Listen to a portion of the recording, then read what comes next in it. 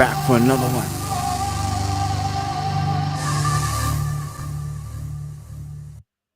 Underground World News Live.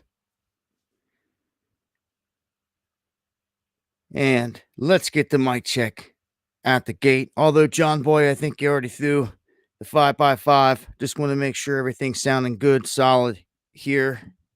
Right at the gate. Thank you, E. Fitz. That was quick. Flip.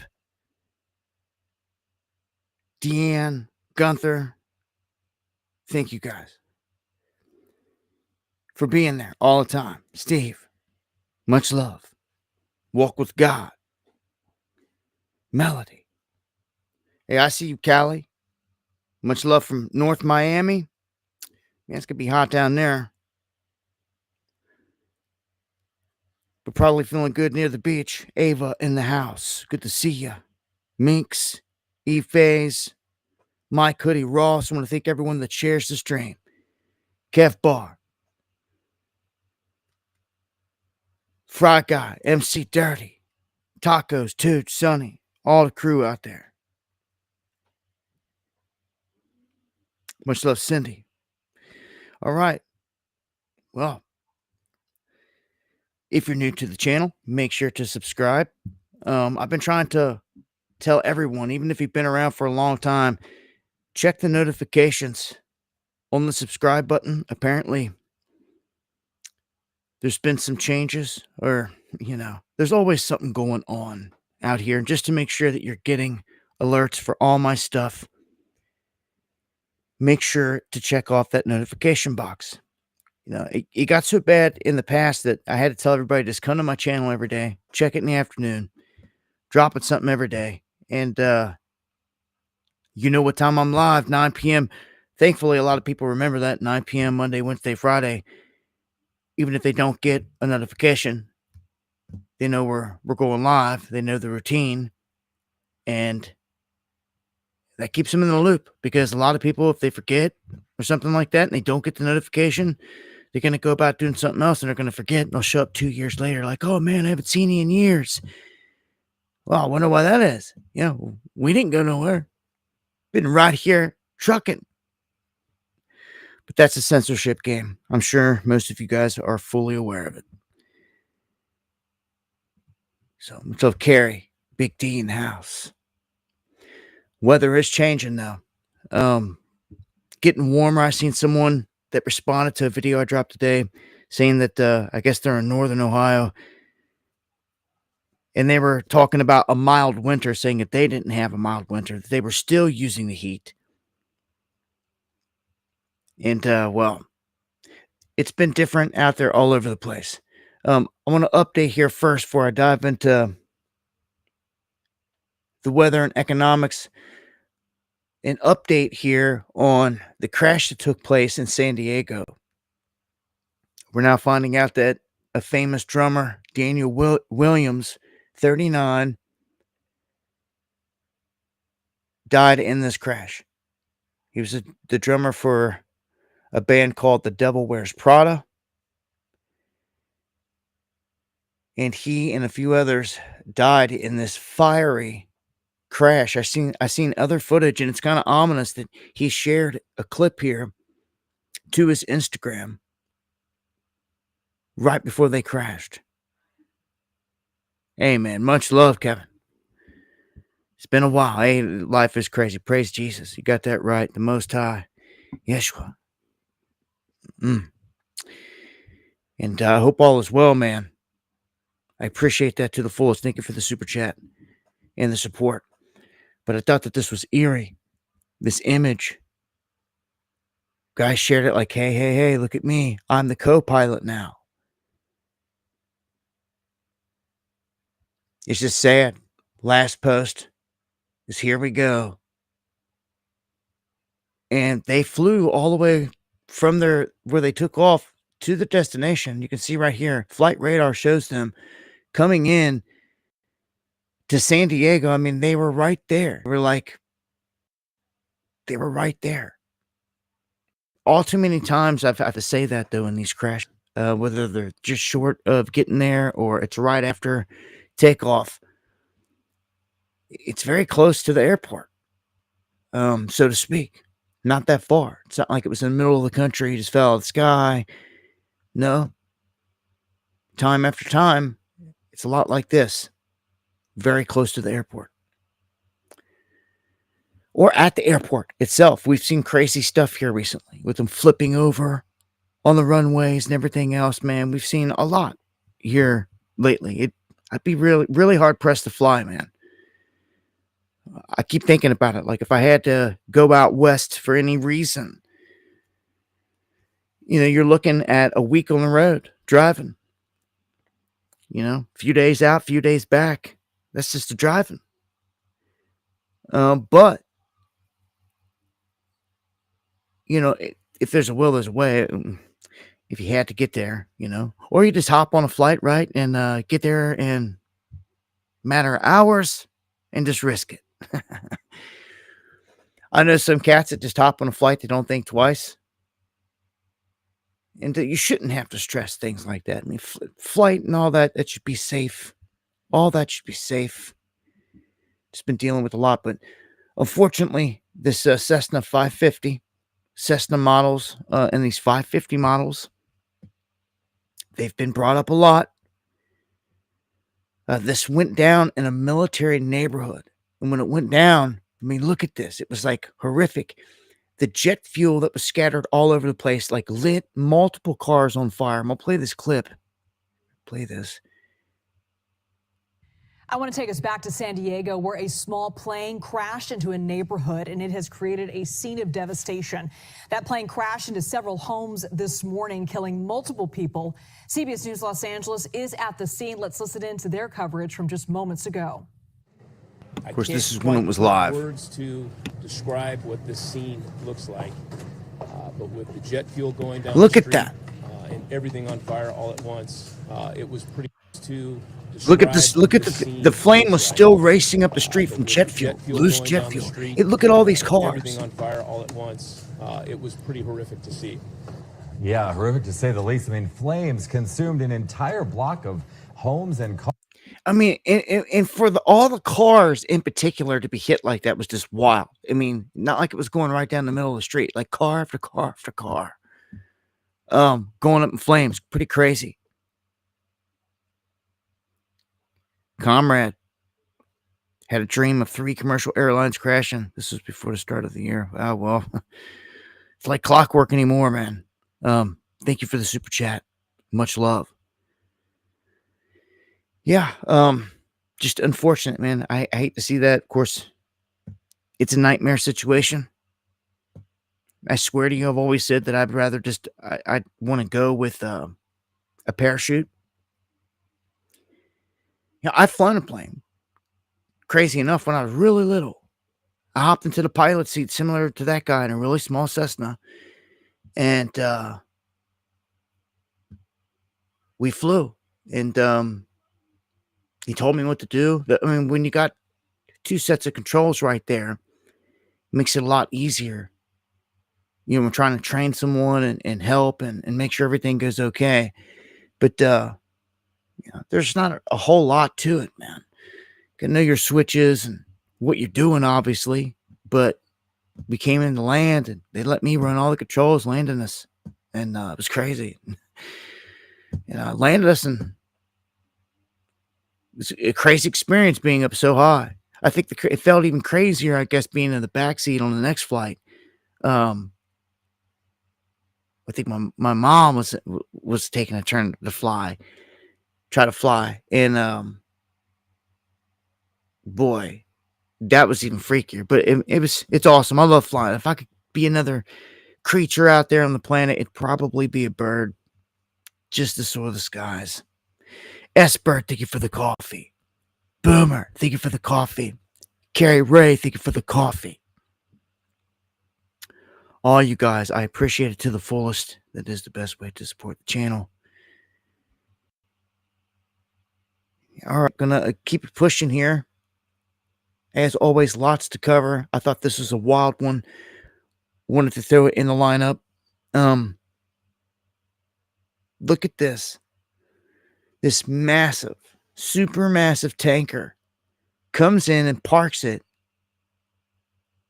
within meters of this guy's house. I mean, it's nuts just looking at the image here. Came super close. I mean, to dude's bedroom.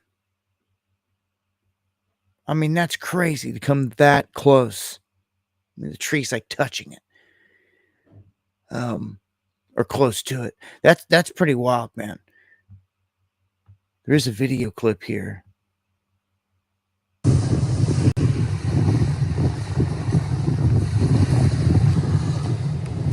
That's a massive tanker come rolling right up on the house, man. Like, I mean, he's lucky, man.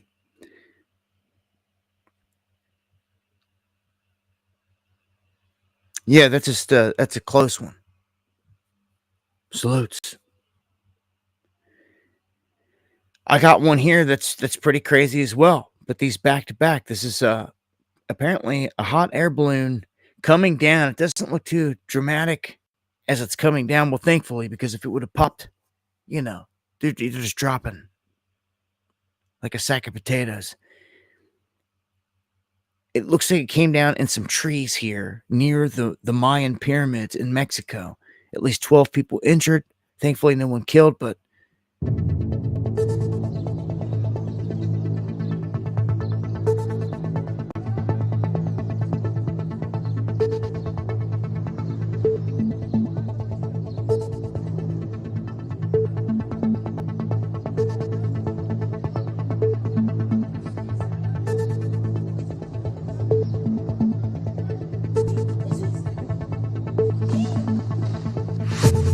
okay, so that's like a house or a building or something right there, man. That's pretty crazy. Yeah, there's buildings there. Like came down on top of the building.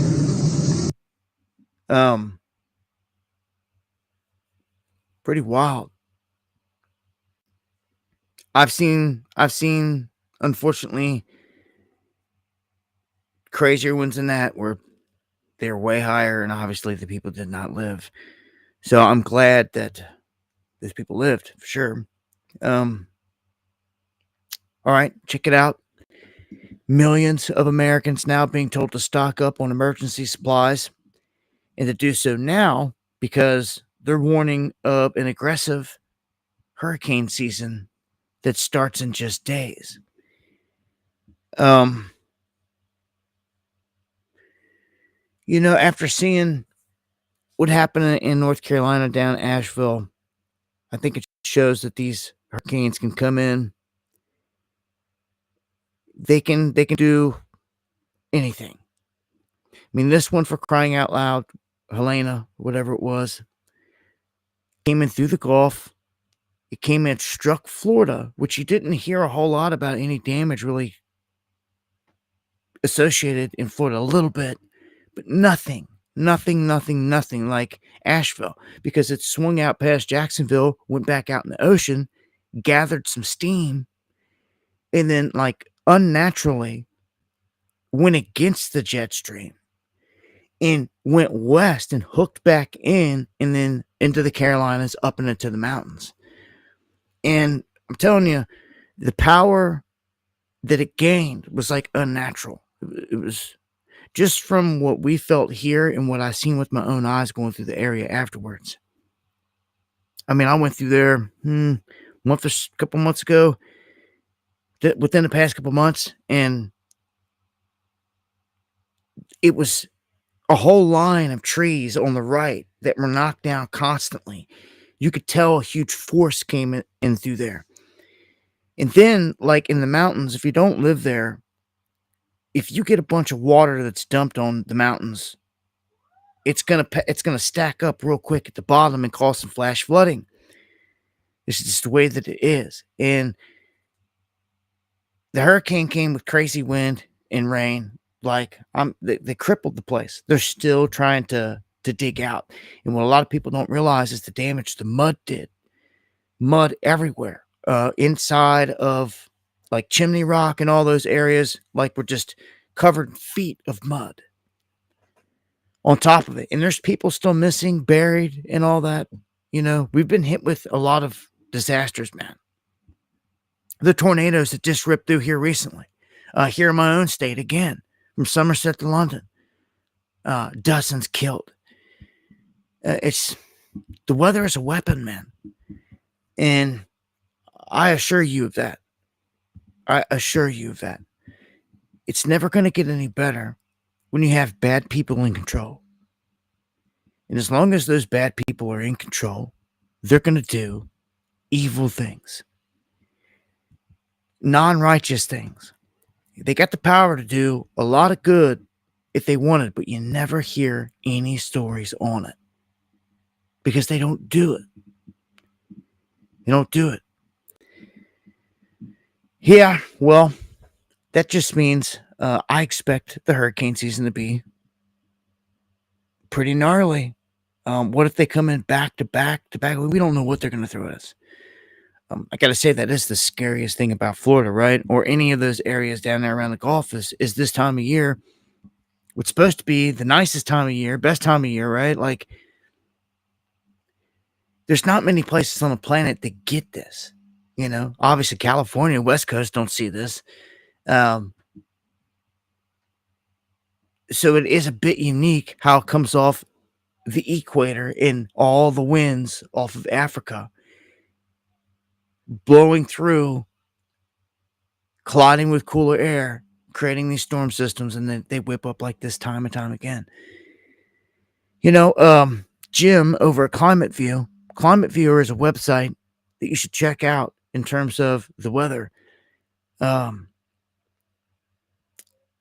He shows and has listed on the map all these different places where they have proof of weather manipulation stations. I'm talking like HARP, but like other places, smaller places that move because they have these little things. They set up platforms. They set up out in the water. You might have seen them sometimes being tugged into a harbor. I've shared images in the past and talked about it in the past. They'll tug them in and out of certain harbors. And you might look at them like, what the heck is that thing? Got balls on it and all this stuff. Where it's weather manipulation stuff. Ionospheric heaters are our main thing because they simply blast the upper ionosphere with heat, with energy. And it's pretty common sense that when you do that, you're going to fuel a storm. Any added heat or energy to a storm is going to fire it up, and you can steer it in many different ways. You see them flying also all the time, planes all the way up into the upper atmosphere over the eye of a hurricane. They could simply drop something into it as well to fuel it. They could also drop something into it to kill it. But you don't never hear a word about that because they never do it. Every single hurricane's another chance to experiment, to do something for them. So they take advantage of it, so to speak, in different ways. We've caught them cloud seeding before Harvey in Houston and flooded all of Houston out because it's in a bowl like under sea level, like New Orleans, which is unfortunate. When these things come in, you got a corrupt government. They're going to pound you. When you catch them cloud seeding before a hurricane, that is criminal. And yet it's on record. It's on file right now. What are you going to do? The whole government's corrupt, right? Take it in front of a judge, it's corrupt, and all these other people. Like, as far as I see, not a lot of change in this category. Look at this. Atlantic hurricane season outlook, 60% will be above normal, 30% probability that it'll be near normal, 10% below. So we're talking they expect 13 to 19 named storms,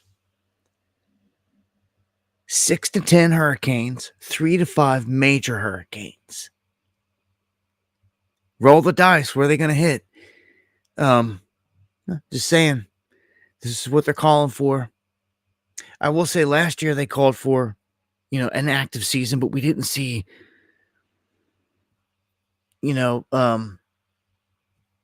I don't know. The way they were just saying at the beginning of last season was kind of similar. It was worse than this. They were saying it was going to be more than ever and record amount in terms of the quantity of damaging hurricanes. Luckily, we didn't see a whole lot. Went like 5, or nothing like that. All right. So that warning's out there. And check this out. I dropped a video on this. When I had the cicadas going off here, I had a lot of people asking me, are they going to eat the crops? Are they going to destroy everything? And well, no, not traditionally. They're more of a nuisance of just leaving their shells everywhere and being loud, if you ask me. And they're really good fishing bait. You can catch these things, put them in the refrigerator, they'll like hibernate, throw them on the hook, throw it out there. Fish hit them just like that. And yeah, there's in my area a 17-year brood. There's different broods and there's different areas. This a few years ago, they were talking about some near us, but we never saw any. But then out of nowhere this year, they're here and they're loud. They're everywhere. Here in Appalachian Mountains, Kentucky. What we don't have are these cannibal crickets, also referred to as Mormon crickets, but they've tried to get that name changed because some of the Mormons don't like the fact that they're called that, but they're large, flightless crickets. They're shiny, reddish in nature. They can get up to a couple inches in length. And these things are native to Montana, Oregon, Utah, Idaho, and Nevada. So if you're out in those places, I'm sure you've seen them a time or two. But here's the problem. These things, if they're able and capable of getting several broods off, at least more than one, it can cause a lot of damage. And right now, this first wave is hit, and now they're saying, well, they believe a second wave is going to come, and it's going to be even worse. And that says a lot, because if you read the title, it says, this plague, this biblical plague, cannibal crickets invades the U.S. state of Utah, creating death trap conditions. So what's the death trap? Well, believe it or not, they do create this situation. And what they mean by this is there's so many. Scroll down. Look at that right there. Look at these clips right here. Look how many there are on the road. What this means is someone that's not familiar with this, maybe even you are from the area and you just don't see them in this patch. There could be a thick patch of them.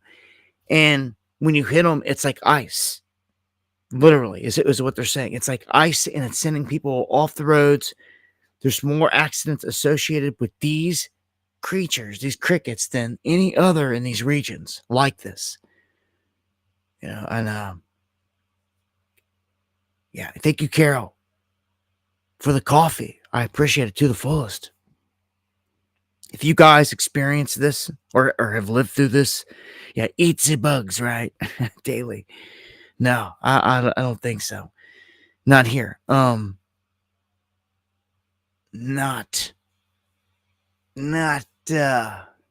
This is pretty bad. Now, the worst part about this is, yes, they do eat crops. Yes, they do devastate farms. And they can strip a person's personal garden in their backyard in one night.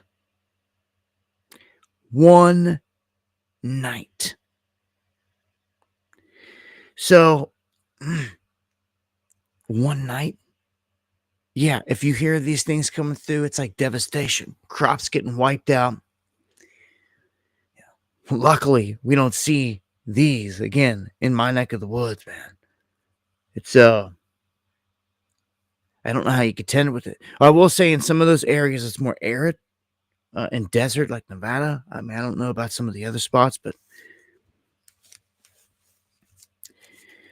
once you get past the Rockies going west, of course, climate, everything starts to change. So do the creatures. So it's something they're dealing with Pacific Northwest. If you got to go up there, just keep an eye open, be conscious of it. You could see one right there in that lady's hand. They get to be pretty big, and they consume a ton. So, an invasive uh, type of creature, so to speak, just causing problems, not really bringing. There's a story actually goes back to the Mormons years and years and years ago, like probably over 100 and some years ago, where they say it was like in the 1800s, a huge bunch of these things came through and caused devastation, wiping out the farms. But they called it was the blessing of the Gauls or something. A bunch of seagulls came in out of nowhere and started to consume them. Went to town on them and pretty much cleaned them up. This area is pretty far from the ocean, which was surprising when it happened. But it could happen again, I guess. I don't know. Somebody needs to go tell the seagulls what's going on.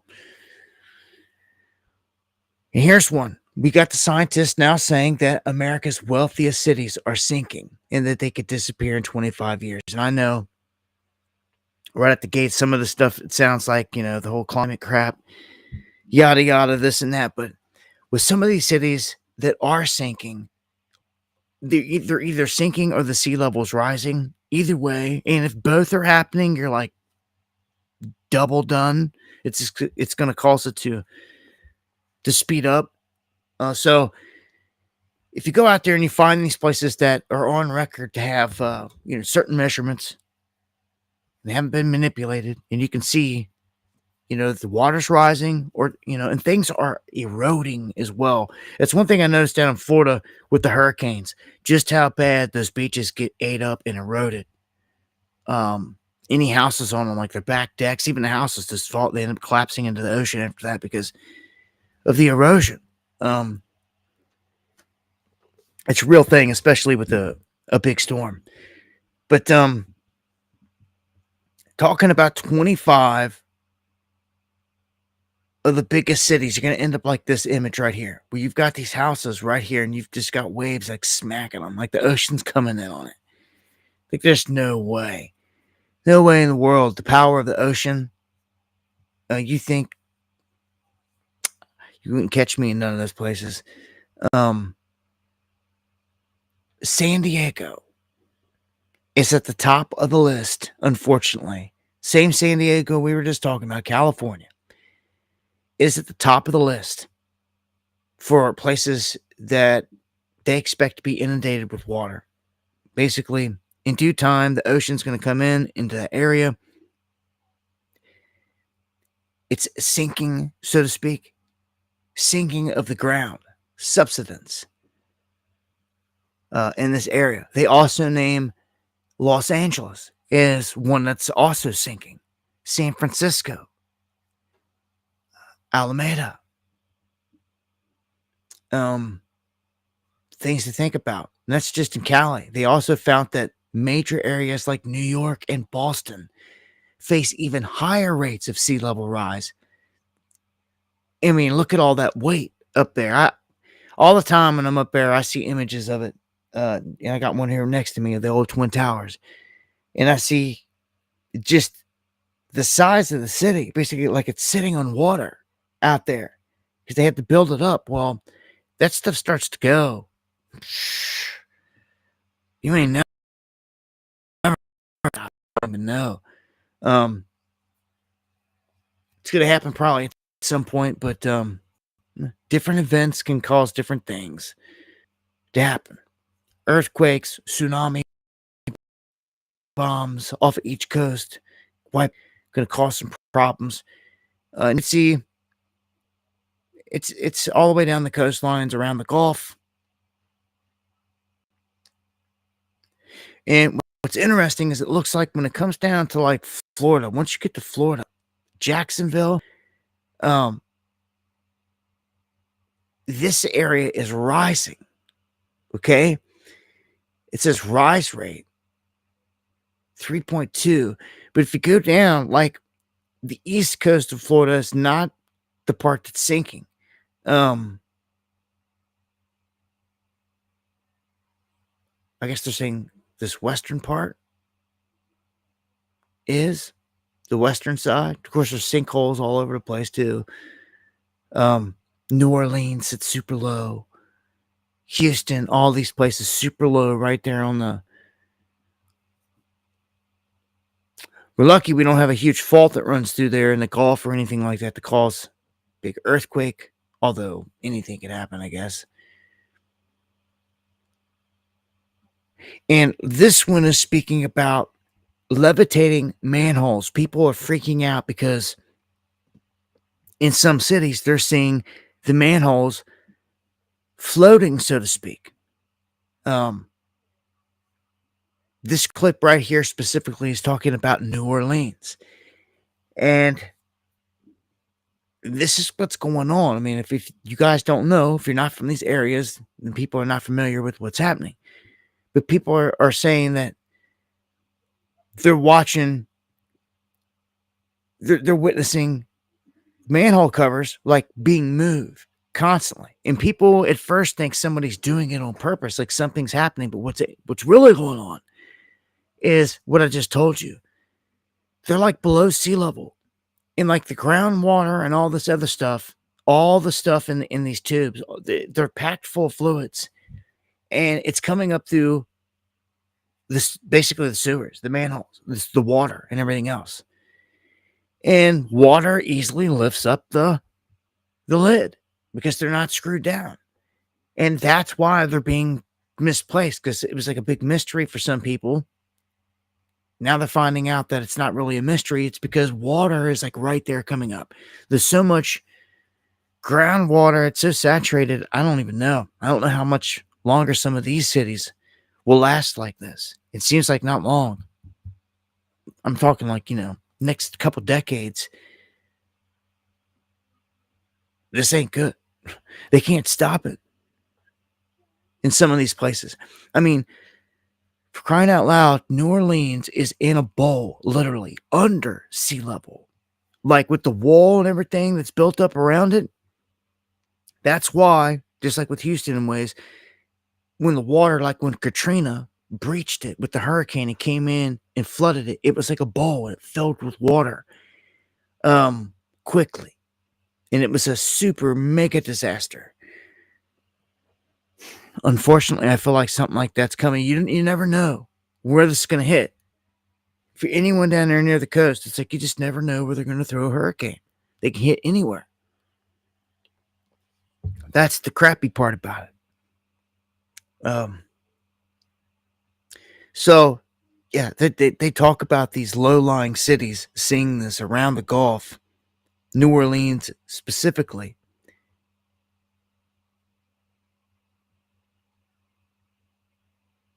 And there's a shot at what the city looks like when it just starts to flood. Everything's underwater. This is what Houston looks like, and some other coastal cities in the Gulf. Yeah, man. When you've got the heart of the city flooded out like that, it's not good.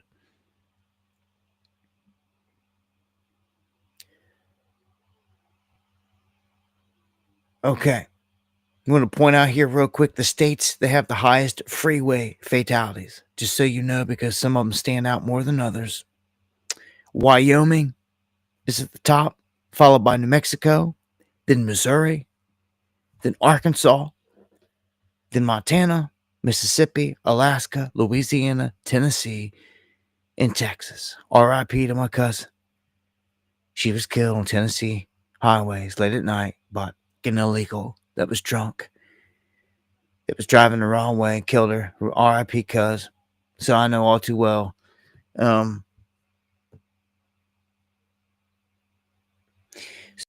I can see why Tennessee's on the list there personally.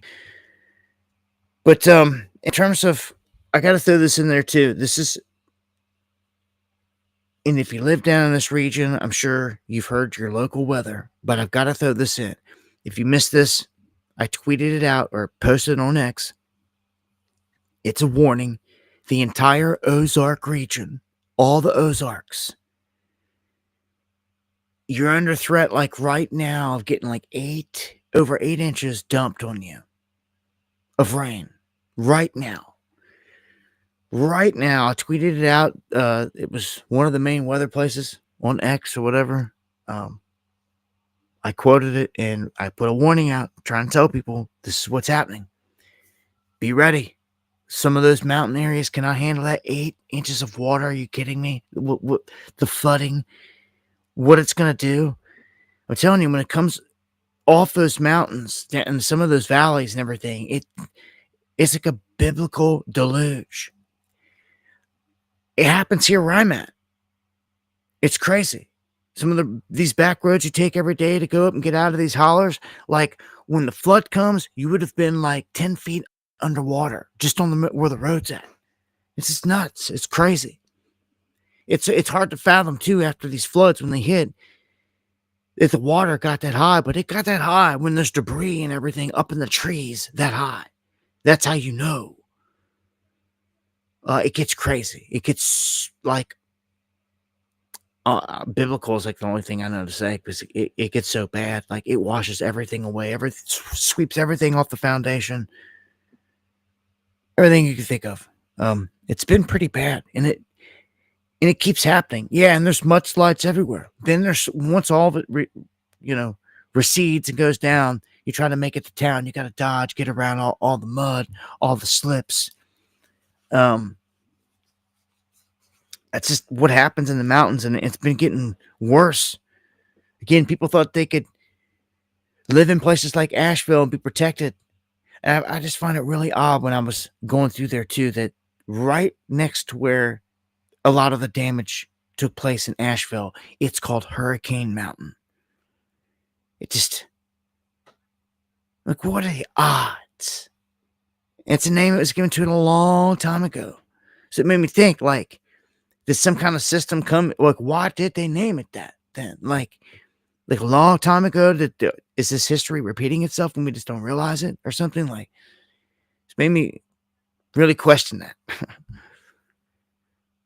Anyhow, heads up, Ozarks, man. I don't want to see no one caught by surprise. Swept away. Get the higher ground if you can in these situations. And some of these storm events like this, man, it would suck caught out in them, but to get to higher ground is the key, especially if like you're cut off, you find you're surrounded. Like if you can get out and you can like get to the roadside, you can get up a mountain or get up a hillside, definitely do it. Even if you got to sit up there all night, even if it's in the pouring rain, it's gonna suck, but you'll survive. You might have to watch everything get washed away, but you'll survive. You'll ride it out. Sitting in a vehicle during the flood is not, especially if you're kind of stranded, is not the best. Always the best option. Always want to get to the higher ground as quickly as possible. Now, flash floodings. It's a mofo. It's scary.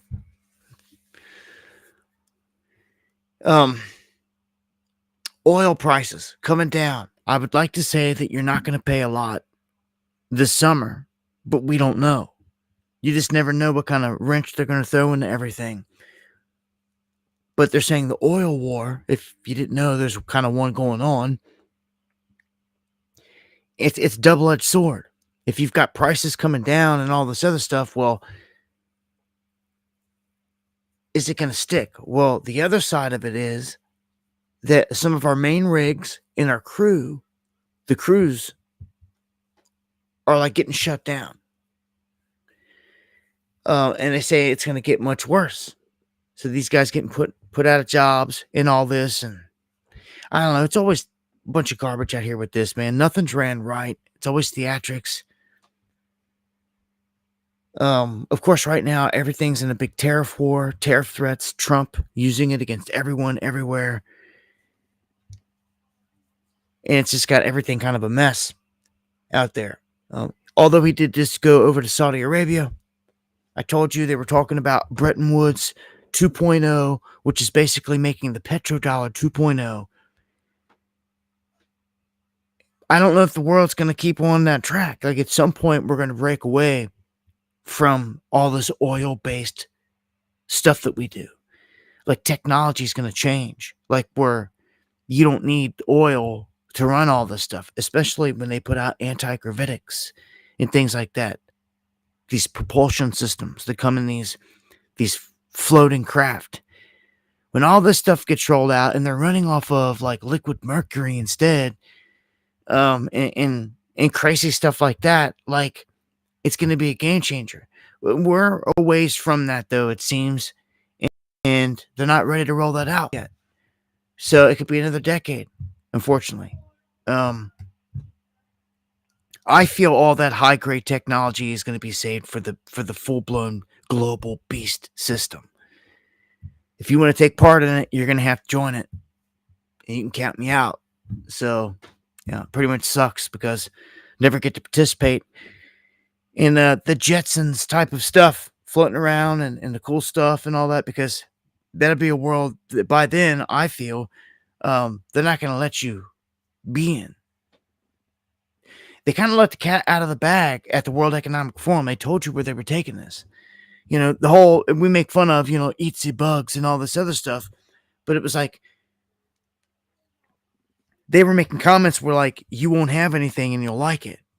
And the reasoning for that was, it was to say, you won't have a car. You won't own a car because you won't need a car.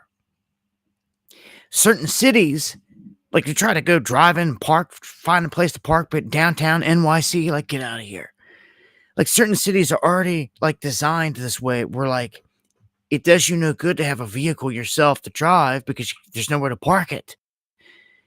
That's why everyone gets a cab, rides a bike, Uber, walks, you know, takes the train, all this other stuff in the inner city.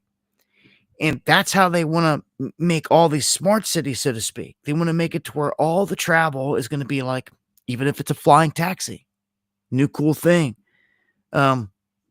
You won't be able to get one or buy one, but the city, I have plenty of them, shuttling people around. You see, I'm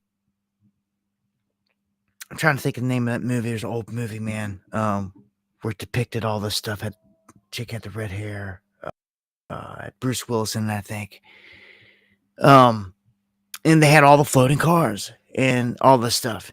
It was the same way. It was kind of the same way. All the floating cars were like controlled by like the system. It wasn't like yours. I don't know. It's it'd be interesting to see if 15 minutes to everything. Yeah, it's pretty much how they put it. 15-minute cities. It's kind of scary the way they're rolling out AI, and I'm going to get into this. I warned about it, and I'm going to get into it here in a minute because of this big, beautiful bill. Anytime they put a big, fancy name on a bill or an act or something like that, dude, you better watch out. Like, they're up to something. So, what's Trump do? He's wrecking everything. He and his tariffs, they came out today, and they've said that in the short term, it's going to add a huge surge to our deficit. And that they hope in the long term here that it pans out and that it works for the better. But this is what he's doing. Now, also, in terms of his threats and what he does with tariffs, futures start to plunge because he threatens a 25% tariff on Apple, 50% on all of Europe, and it starts to feel like there's a decoupling here with Europe. Like there's something happening, like we're pulling out of the Ukraine war and all this other stuff, but he's throwing all these threats saying that Europe's worse than China. And that's going a long way. But the world's a stage, right? But this is what they're doing. This is how it's unfolding. So he's threatening tariffs all over the place, and the stocks are puking. It says this post slammed S&P future. So the stock market just got hammered. Again, what's in the stock market? What's important about the stock market? Everybody's 401ks are connected to it. Fifth Element, that's it, Cosmic. Much love. And thank you. I mean, bond yields, the euro, European stocks, crude, all took a dive. Bitcoin, Gold, I mean, even though some things are, you see pullbacks, gold up. This is interesting. Silver, they're keeping the lid on it, and you can see it's like it too. It's like there's a decoupling here from gold. Like it usually runs with gold. If gold's gonna, so it's got to catch up at some point. They've had a lid around $35 or so there on silver. Man, when the lid comes off, it's gonna fly. I've been telling you this forever. If you're at a flea market, if you're at a yard sale, if you're somewhere and you see some old corroded, silverware that's silver, pure silver, whatever, even though it looks nasty and all this, you can clean it up. You can melt it down and have you a lot of silver. And I've warned people about, if you're going to buy gold or silver, make sure you're buying serialized bars because they're not going to buy.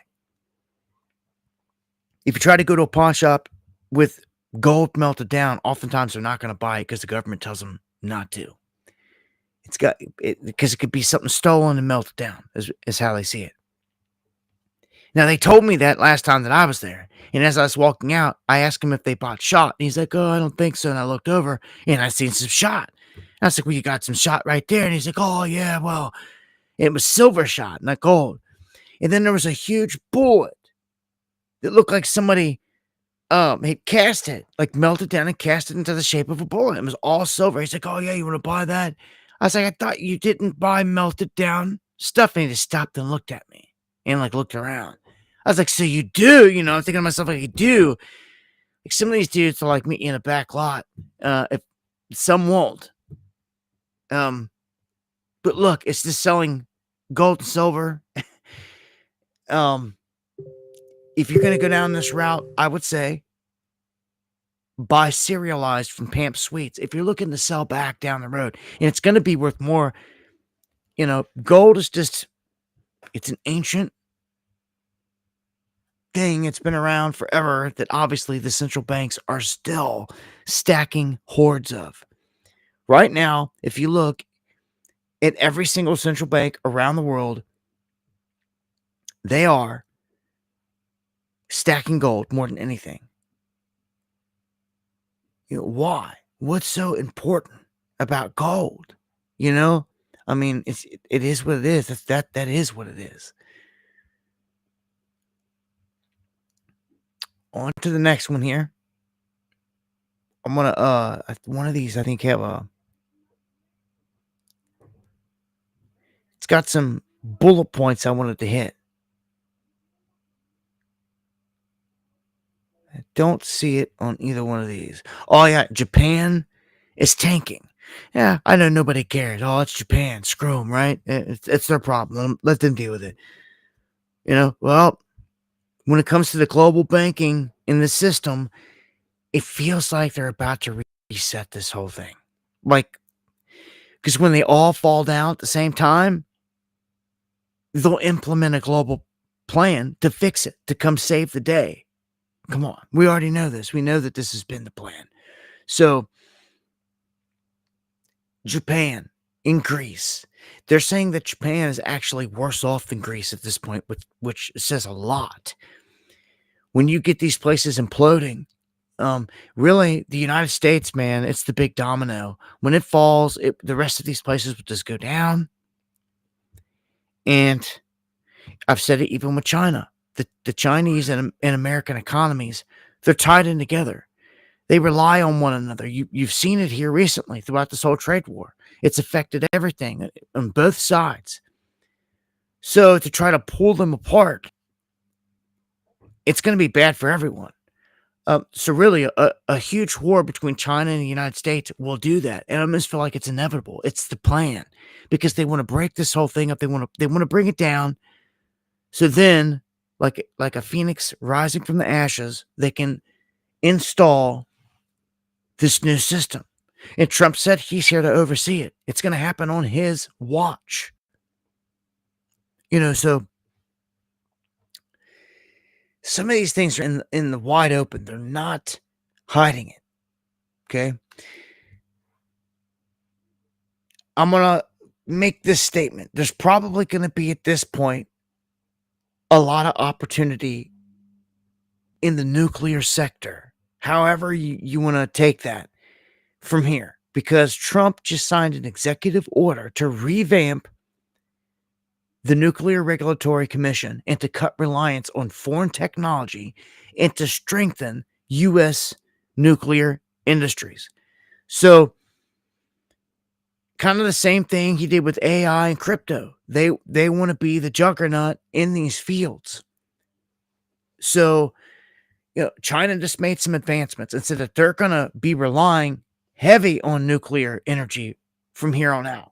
Plus, I told you they've got these brand new little compact nuclear stations that I feel are going to be built right next to all these AI places, because Trump said they had to supply their own energy.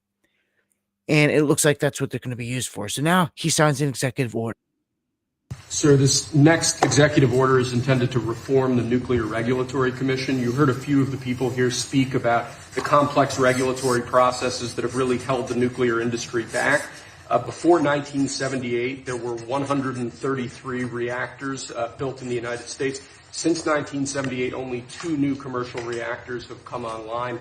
That's because of overregulation, and the goal of this executive order is bringing that regulatory process into line with the actual needs of the industry and public safety, with an end goal of quadrupling the amount of nuclear power production in the next 2.5 decades. It's fantastic.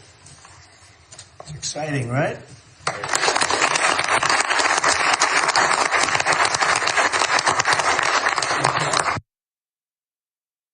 So you can see there, that's what they're doing.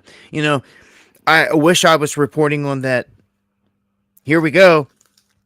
They're rolling out Tesla technology, 0 point energy. But no, I don't know if I'll ever be able to say that.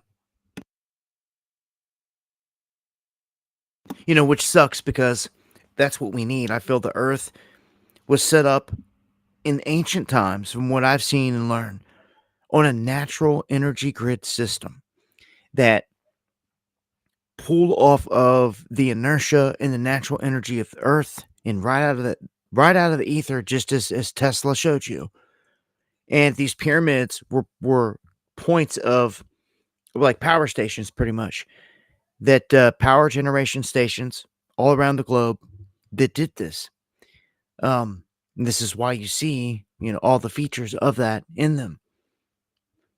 Even Thoth wrote about this in the Emerald Tablets. When you study ancient stuff and you listen to what they actually had to say, like, this is how the world was set up. That's how Thoth described it. Even Atlantis, how this whole place was set up on, like, how the ley lines run across the planet? There's a natural energy grid where they knew this, and they would build on top of those sites, and certain points would be like super spots that carried more energy than others, and they would definitely try to take advantage of those locations.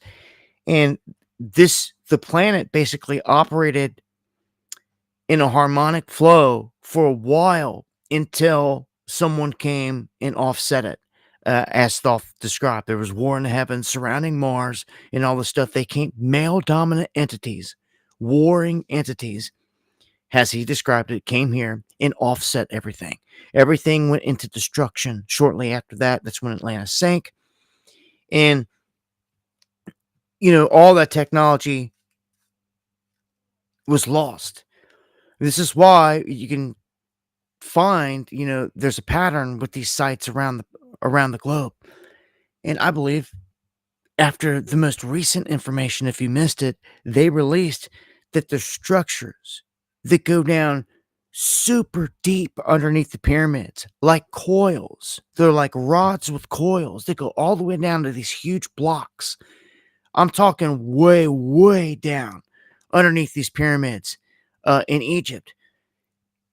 And it shows you that they're way more than just a tomb at this point. Like, they're ancient mechanical devices, man, that were so massive in nature that there was no, even during the flood wiping this planet out, there was no wiping them away.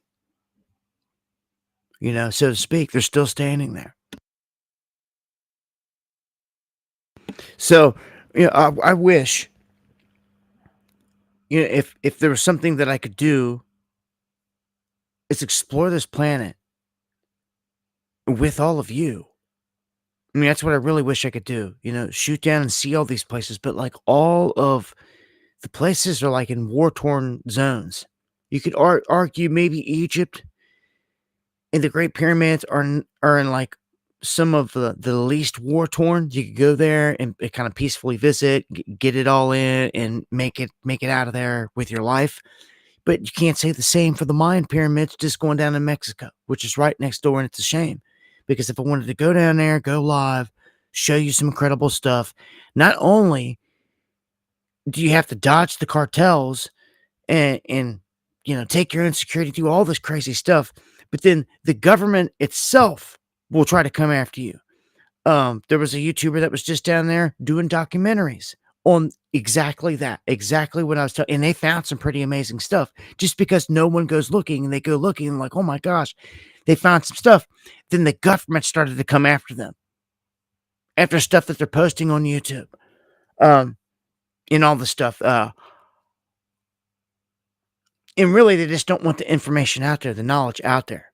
And we know that they've uncovered huge cities in those jungles that are just sitting there. And for whatever reason, they don't want no one going to touch them, to even excavate them, to go looking, like anything. And I think that that's garbage. I found some crazy stuff. I'm going to tell you right now. I have found crazy stuff on satellite image all across the globe.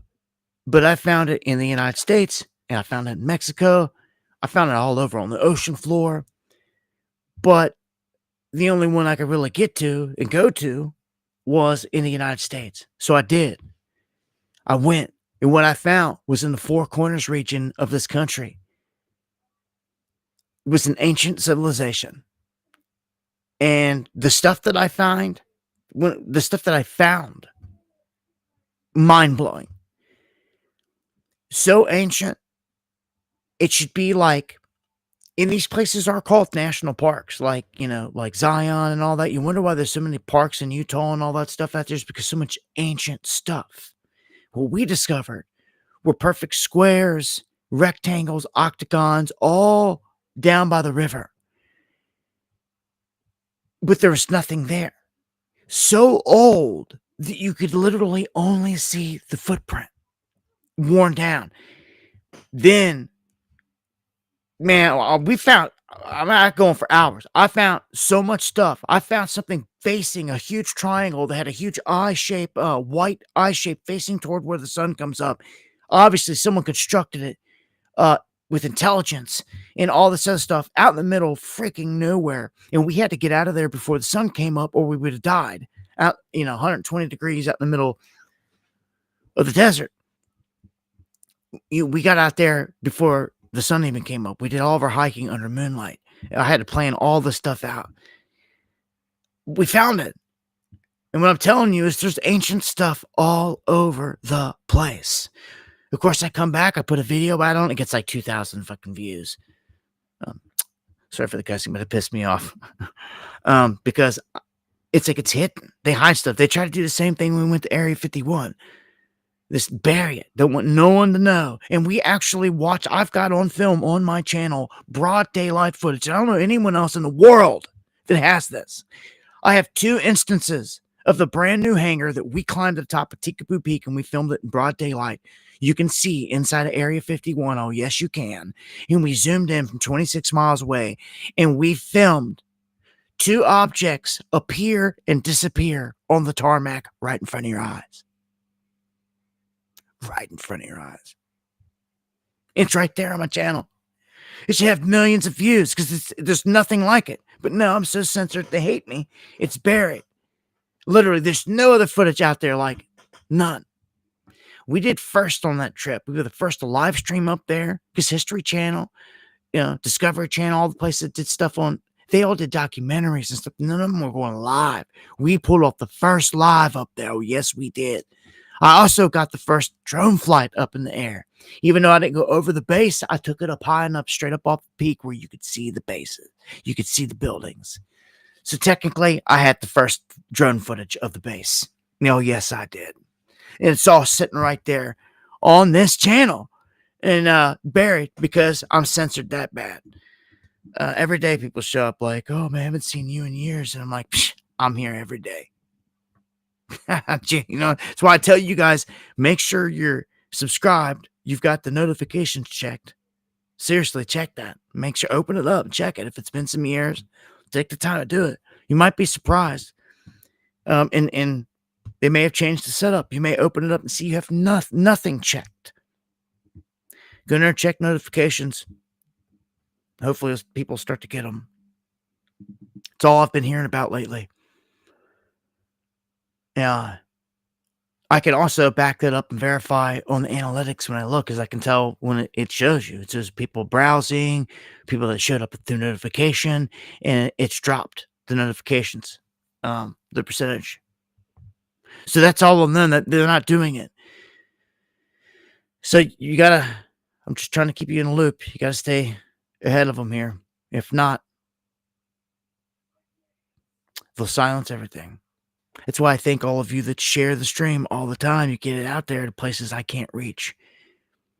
It means a lot. Fighting the fight. New home sales, they say, surge in April, despite a slump in home builder confidence. Now, that's new homes, brand new ones. But here's 6 signs that the housing market is in a depression and it's getting worse.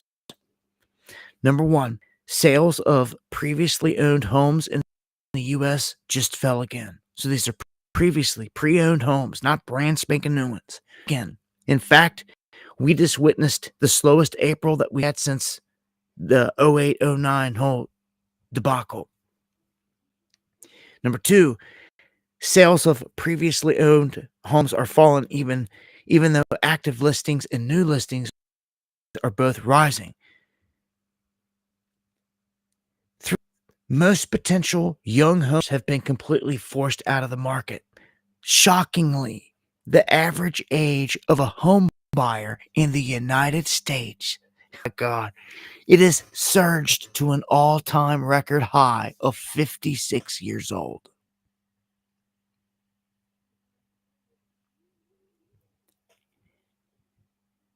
None of the youth are able to get into any homes. Like, this is a setup. This place it's a setup, man. The whole college thing is set up.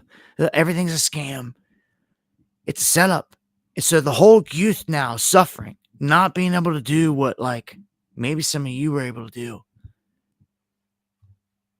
You know, when you were younger, got your first house when you were in your 30s, 40s, whatever. No, it ain't happening today. It's all the way up to 56 before people are getting a house. Are you kidding me? Like, it's nuts, man. You say new home construction is garbage. I've heard a lot about that, and I've seen that myself, my own eyes. Sometimes you got to do things yourself. Yep. With your own 2 hands if you want it done right. Take time and learn how to do it. That's what I've had to do.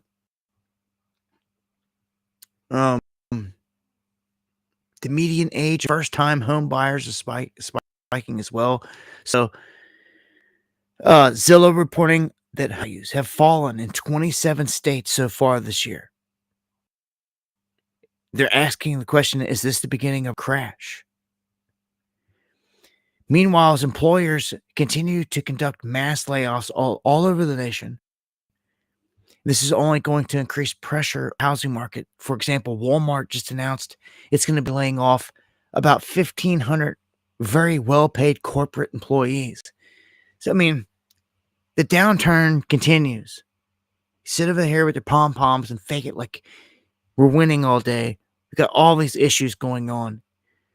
I told you it's not just affecting us, but also China. China's been in global for decades. Well, now it's coming to an end. This is good for the United States in a way because you can move all this steel fabrication over here to America.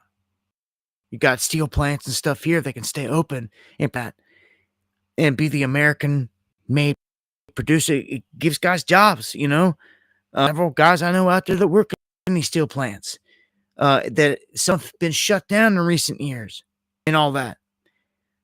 It continued to get like shut down. So I would like to see, all that steel work come back home to America because that's jobs for our people, man. And they need it. We these chances, these opportunities. And these are not all, not all these things can just be immediately done by a robot or AI take over. You know what I'm saying? Like, it's just not that way. Like, certain things, that's what I put a lot of thinking into. What is something that's going to be needed going on from here into the future that really robots and AI are not going to have the advantage on, that you're really going to want a human in that position to do something, And I could see, any working on a car, like under the hood, something someone's got to reach way up underneath, like inside and unscrew thing and do all stuffs like that. Like things that like humans are going to have the advantage of doing over a robot. Okay. At least for some time into the next decade. That's where I would be putting all my energy and thinking, okay. Because that's the competition. That's the competition. It's not even humans or you got to worry about anymore as your competition. It's literally robots and AI. And at that point, it's like you can't even compete with it. It's just your replacement. Here's a positive one. Oracle splurging $40 billion on NVIDIA chips for a mega AI data center in Texas. So Texas is taking in a lot. At this point, 10 years from now, Texas, in terms of GDP, everything, its incoming and all that, they could surpass California. Only major thing that California is really going to always hold over top of them is, West Coast ports. Man, I could really, I don't know. Panama Canal becomes critical again right there.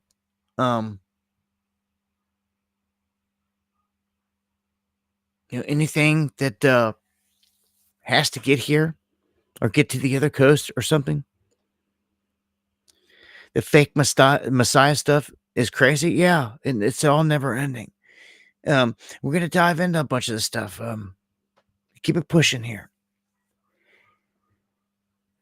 I'm going to touch on a few more things here in terms of the economics, a handful of stories. Hit them kind of quick here, and then we're going to dive into some of the heavier stuff here. But I want to point out, the European Union and the United States are having a fallout. And it's like, obviously by design, but like, I don't know how far they're going to take this. But they're saying that there's a dollar shortage at this point.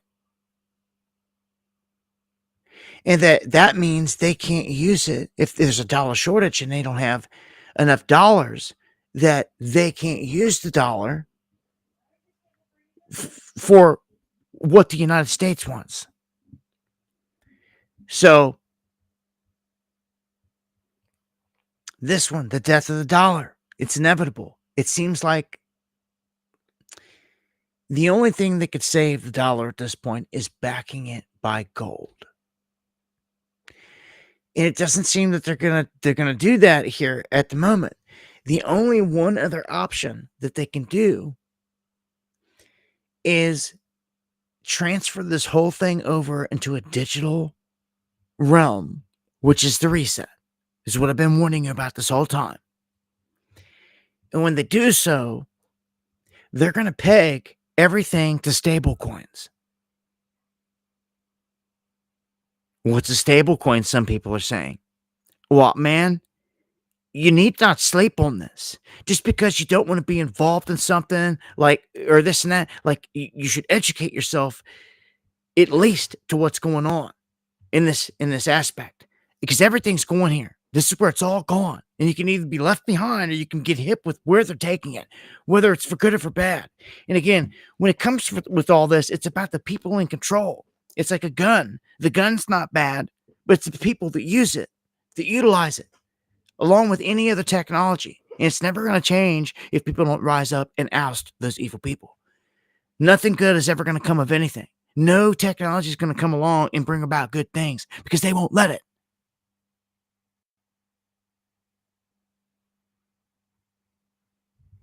It's never going to happen. You live in an evil, evil world.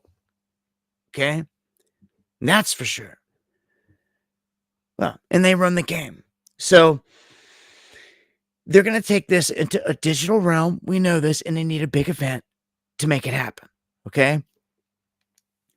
And Trump's done glossed over all his base, just they won't do anything. They won't say anything. And it's very scary. They should be screaming. They should be out there like holding them accountable. Somebody should like, where's the gold?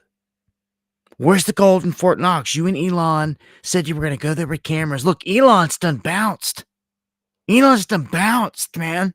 He's out of here. He's out of Doge. He's done with all of it. He's backing off, giving these interviews, saying he's not going to be spending a whole lot of political money. He's like separating himself from the whole thing. Like, they ain't going to Fort Knox with cameras. They're laughing at people all day long. Laughing at the crowd all day long. So gold, theoretically, is the only thing that can come in and save the day. You could say, apply the gold in Fort Knox, but do we even know it's there? That's why it's scary to think that they could confiscate gold.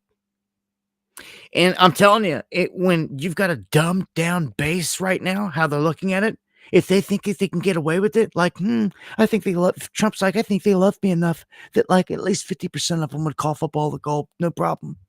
Tell them, as I always say, that they can keep their wedding rings, but all the other gold, all the other stuff's gotta go. We need it. Be a patriot. Help save your nation. That's what they'll say. Guilt them into it. It's not that hard. To me, it's probably going to work for them. That's what's scary about it. Is anybody going to say anything? No one's saying anything now. No one says a freaking word. I'm talking big time. Like people, it's got a way to do it, It should be, if they had any integrity, people voted for him. Some of the largest voices. They should be keeping him honest, not being a little cheerleader over there with the pom-poms, pandering to him and sucking up to him in every post. It's disgusting, and it's tearing this country apart. I honestly think that that's what's going to do us in. They have pulled off a magic trick where the patriots that have been sucked into MAGA aren't doing anything. They're not doing nothing. They won't dare open their mouth against their Gentile Messiah. Or what? You get kicked out of the club? They ain't never been part of nothing in their life. They never was a part of the ball club. They never was part of this or that. Now they feel like there's something, a part of MAGA. You see the problem here? Do you see what this has created? They don't want the crowd that they feel so cool to be a part of now to turn on them. Do you see the problem that it's created? So they all sit there with their mouth shut when it comes to calling out Trump on anything. Because no one's afraid to be the man to do it. It's pathetic. It's absolutely pathetic. That right there is what gets us. Docile son of a just pisses me off. It pisses me off is a good chunk of these people know it. They know what They know they're taking it easy out. They know it. They'll turn a cheek to me and say, F Dabu, F everybody else. Oh, yeah. F all your fellow citizens and the real patriots out here, right? Why? Because you're bowing down to a Gentile Messiah that's screwing us every which way that you don't want to talk about because you voted for him. Oh, well. I'm not knocking you because you voted for it. Get that out the way. Get that out your head. That's not that's not here. We know we know all. We're past that. It's in the rear view. We ain't saying a word about that. Okay, you voted for him. We know that. You're a Trump or you're MAGA. Now hold him accountable. Can anybody do it? None of them would do it. We never jumped on that Trump train. We're here to teach these people the difference. That it's a left-right paradigm. Some people just don't want to hear it, though. They want to live an illusion. They want to live that life that I just told you about. They want to be a part of the club. They want to feel special. It makes them feel like they're part of something every day. They're tweeting. They may even got popular. On X or something, got promoted, got to meet some congressmen, some people, and they feel special now. So that's all any of it's about with all of them. It's sickening. Well, nobody hold anyone accountable for nothing. Again, because they feel like the crowd's going to turn on and then they're not going to be cool anymore. It's ridiculous, man. That's where we're at, though. Don't you ever forget it. That's exactly where we're at. While nothing's going to get done during this whole Trump administration, how we get screwed left and right, is because of what I just told you. Maybe, if you're lucky, you'll have some that break away, and it would do some good if like a bigger channel or a bigger outlet or person, influencer out there decided to do this and make a righteous move and start calling Trump out some of these things. Maybe to show some others that it's okay to do it. I don't know. Okay, so Trump killed the penny as well. I wanted to point this out. The penny is going to be no more. Forever. Gandhi. Bye-bye. So these pennies are already collector's items, right? So let's think about this. Is this a chance for someone to maybe make some money? Maybe. Because even though they quit minting them, they're not going to be used, people will still collect them. They're collecting them right now. There's errors. There's this and that. So without a doubt, what I see is an opportunity here. If you know someone that's got a ton of pennies and all this other stuff, I'd hold on to them. I'd hold on to everything and all of it at this point. All the change you get your hands on. Because once they stop minting them, every second of every day, they become more and more rare. And they're gone to history.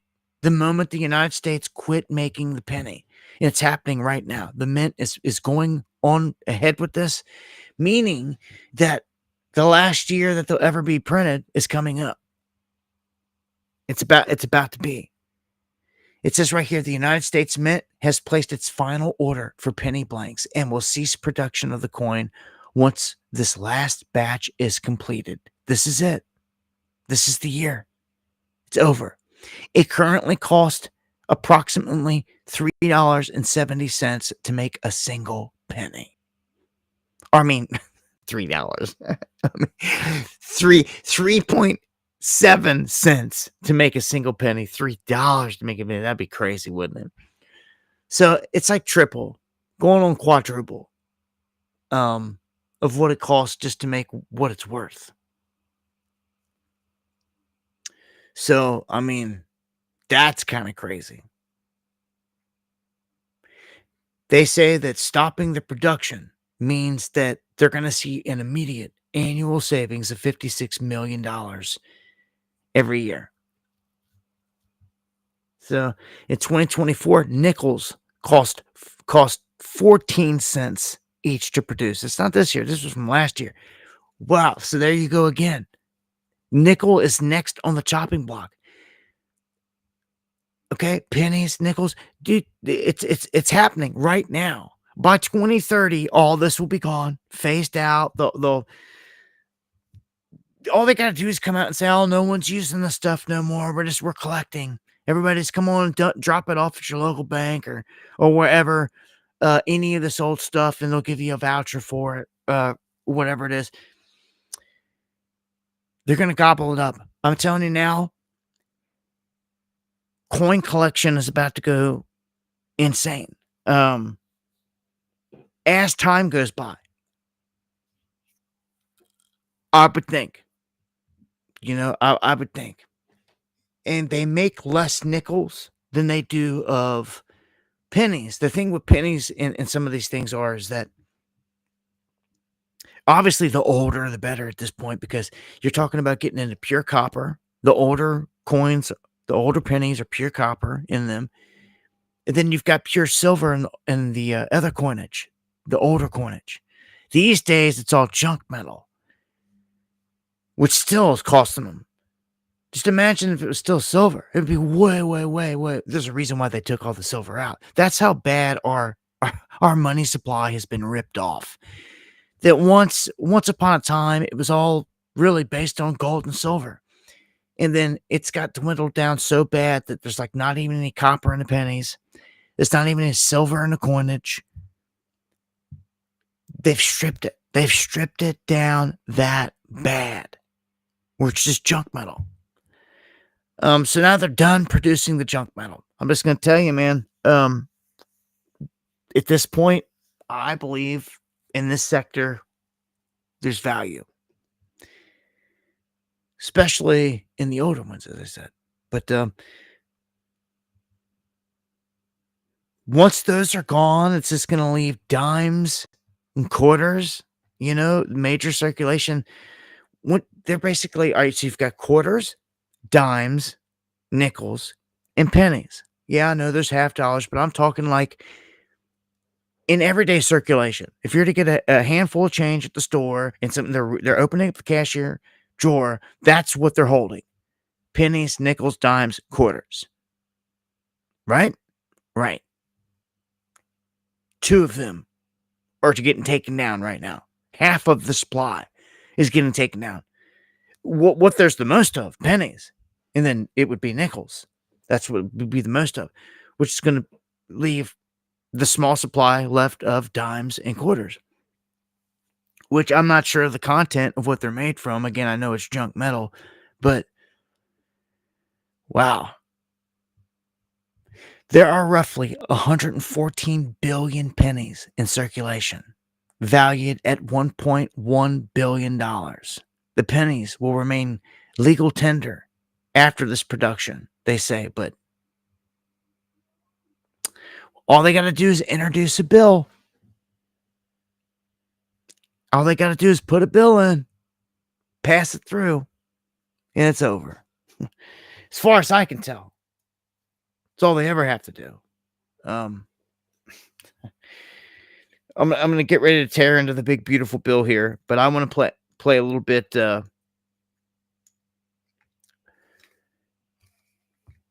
here from Rubino talking about gold in this interview and everything with this bill. And he sees gold topping 10,000. I told you, I see it easily hitting $20,000 by 2030. It's 5 years from now.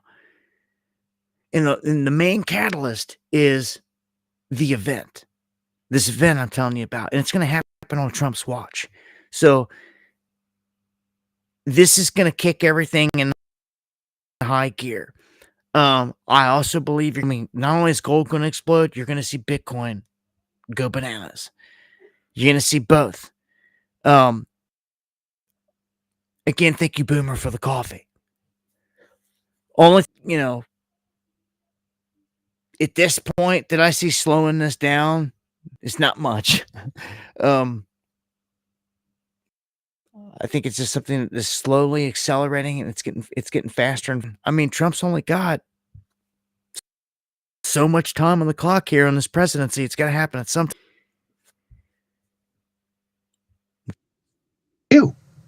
Well, the story with Moody's downgrade isn't that they did it, that they moved the U.S. from AAA to one notch below AAA. It's that it's kind of insane that a government with debt that's 125% of GDP has an investment grade rating at all, right? You know, because they clearly are baking a gigantic currency crisis into the cake. And Ray Dalio, he gets it right, because the rating agency's excuse or explanation for the fact why the U.S. still has a investment grade credit rating is that a country with a printing press can never default, because it just creates enough money out of thin air to pay the interest on its bonds, and it can do that forever. Therefore, it's a AAA credit, which doesn't make any sense at all, because if you just print a lot of money out of thin air, use it to pay your debts, then your currency goes down in value, and you're paying back your creditors with depreciating currency, which is a form of default. So the credit rating agencies are only looking at the one kind of default where we just stop paying, and they're not looking at the other kind of default where we go ahead and pay, but in cheaper currency year after year, and we kind of stiff our creditors that way. So that's what's going to happen, and that's what Ray Dalio pointed out, is they're looking at one kind of risk, but not the other, bigger, more obvious risk. And that's why you don't want to own treasury bonds, because they're not going to not pay you the interest, but the interest will not cover inflation no one going wants the forward. dollar. So you'll have a net real loss on your government bonds until they just crater, and then you have a massive capital loss too. So it's just not a good market right now. We should not be owning long-term government bonds of any of the major companies or countries. Well, you know, I'm back on camera with you here, and the 10-year Treasury, which was going down pretty significantly, it was gotten down in four in small change, and now it's back to 4.5%. And the 30-year Treasury hit 5% the other day, but nobody cares about the 30-year Treasury really, because mortgage debt's all set off of off the 10-year. But we're at 7% 30-year mortgages again, aren't we? Yeah, we went back up to unsustainable interest rates really quickly, even though the Fed is still in cutting mode. It's not cutting aggressively or anything, but they're promising a couple of rate cuts this year.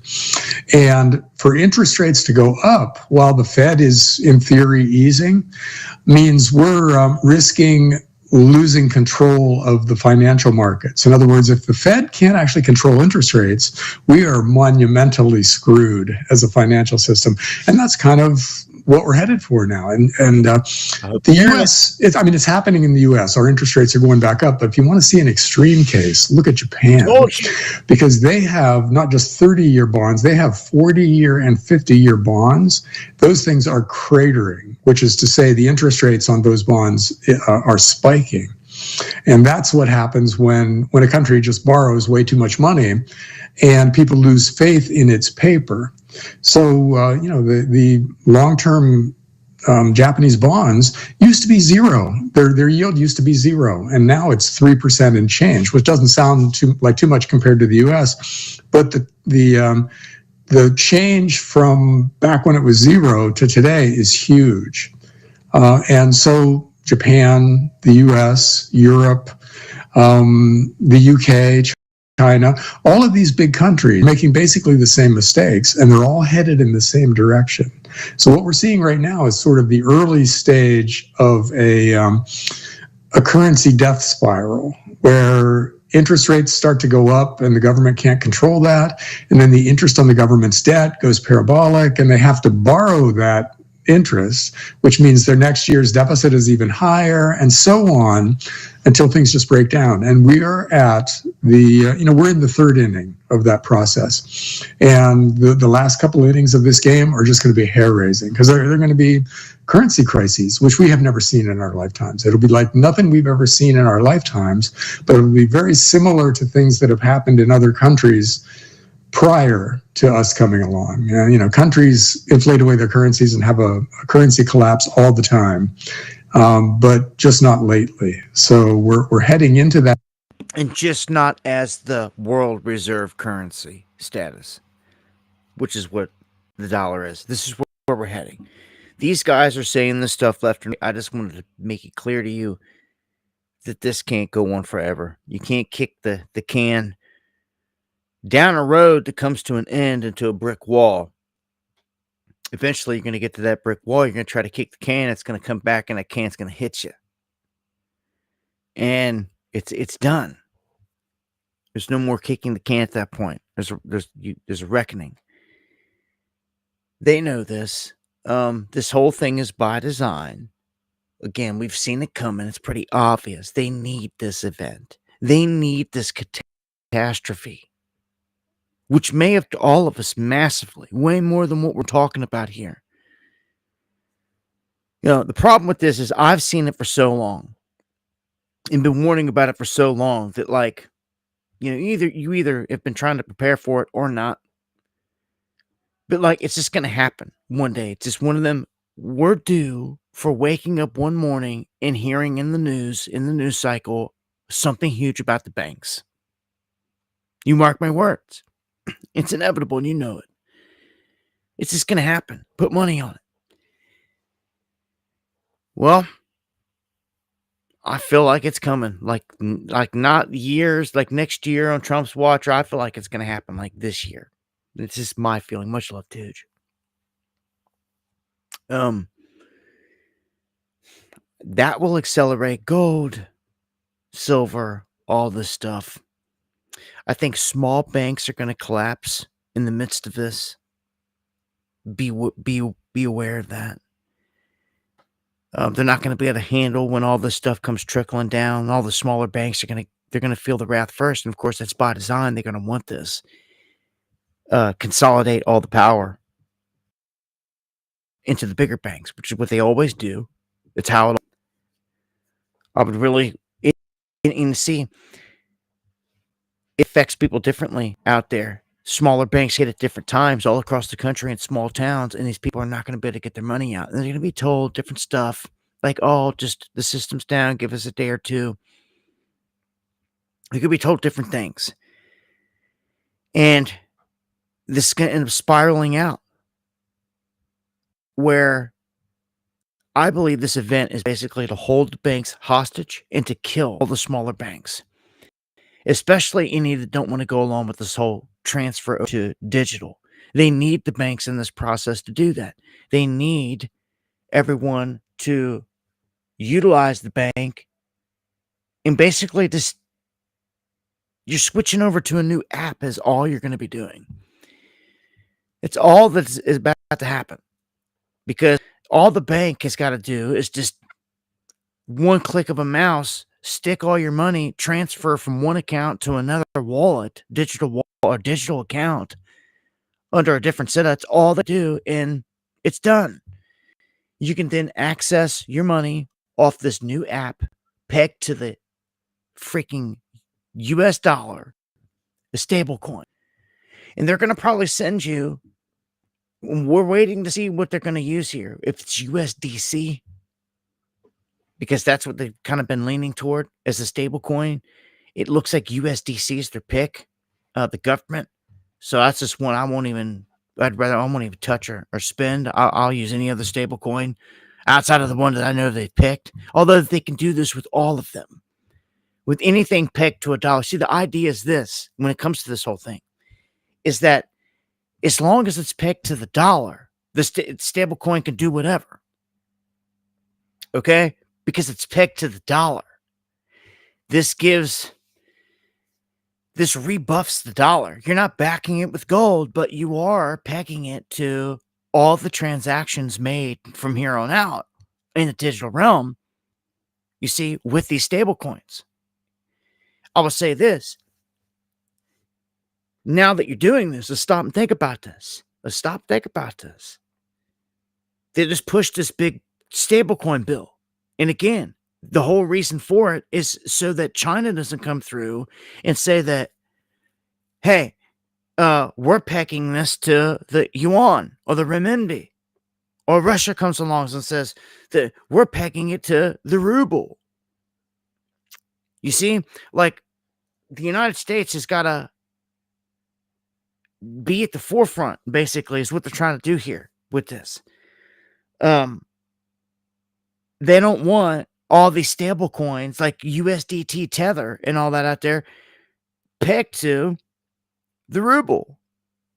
They want it to be to the US dollar. Do you see what I'm saying? They want it back by US dollars, not another fiat currency, basically, is how they see it. And that will help to keep it utilized, needed, because that's one of the main things is what do I even need this for? You see? And they're making a use case for it. Now, I'm going to say this. If there ever was a day that the dollar itself was like taken out, like eliminated, like really brought down, like killed, because I don't think this whole process is meant to do that. I think it's just meant to go digital, a different blockchain digital, beast blockchain digital. And that's where they're basically going with this. Man, I can't help but think of the gold constantly. I keep thinking back. It's so key. Like, how can we even talk about anything else here? We need to know what's going on with the gold. Like, now, there needs to be pressure applied. Like, you would think right now that there'd be like one trusted dude or person out here connected to Trump that we could say, hey, like, why don't you go over and like ask him this? Says we'll listen to you or whatever. But like, nobody doing any of these things. Like, get the bullhorn out. Like, go over and say, hey, I don't know. You may get thrown a bone, but you got to be consistent, I guess. I mean, they've already told us they were going there with cameras and they haven't done nothing. I almost feel like it's in the rearview mirror, and unless somebody yells it loud enough, like on camera and live and all this other stuff, and forces their hand, they're going to ignore it. They're going to ignore it. So, I'm going to dive into some of the juicier, more heated, more controversial type of stuff. Where we at? Yeah, it's probably we're gonna go tonight. It's gonna be a one definitely going past top of the hour here. We had a shooting that just took place. This couple shot in DC here. What they're saying, a far left activist did this. Well, it was at this Jewish museum. This Elias Rodriguez. The attention some of these characters are getting, just like the United Healthcare CEO shooter Luigi, are getting. This has a weird feel to it. The murder of people like this is just uncalled for, period. But it's definitely politicized here, obviously. This whole thing. And they're saying that the suspect in the DC murder of the Israeli diplomats has deep ties to socialist groups, Black Lives Matter. And who do you think that all leads to? Because all that is created, funded, and only possible because of one man. His name's George Soros. Who funded it, created it. They were breathing life into the whole thing. I've showed you. I've covered this over the years. I mean, all the way back to Ferguson, St. Louis. We caught this whole operation and exposed it. They were cutting checks to protesters, paid protesters, and they were training BLM in these little facilities, hole-in-the-wall places across town, militarizing them. And they were bringing them in from other places as well, shipping them in and bringing them in by the buses. And it was mind-blowing when you first see it. And I was like, wow. It's the difference between sitting on the couch and like just seeing or hearing whatever's out there and getting up off your tail and going to a place, to an area or something like that's going down. Because the whole shooting went down. Michael, was it Moore? Or Michael, whatever it was that got killed in a shooting there, and it set it ablaze. Madness. And instead of just sitting there trying to watch the news and take word for it. I decided I had enough, and I went down there, and it changed everything for me. It changed everything for me. I got to see the real deal. I got to see that there were protesters that they were actually fake. They were paid. And I got to see how the cops were. I got to see they ain't nice. And I got to see the raw and the real. And I've streamed it, every bit of it, as much as possible.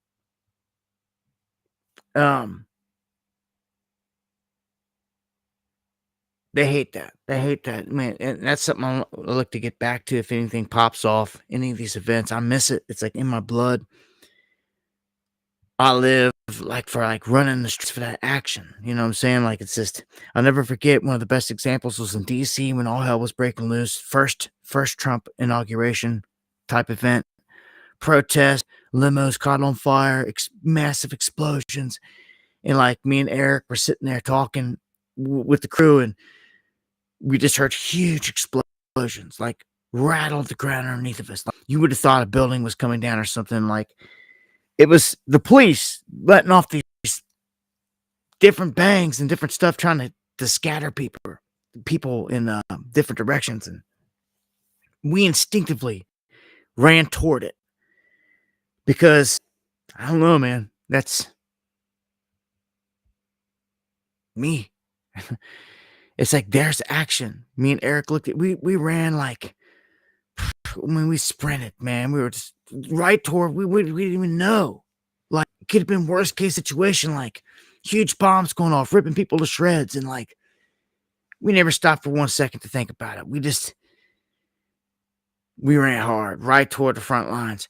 And that's what it was about. We got to the front lines, and it was cops using munitions and chemical weapons and flashbangs and all this other stuff on a crowd.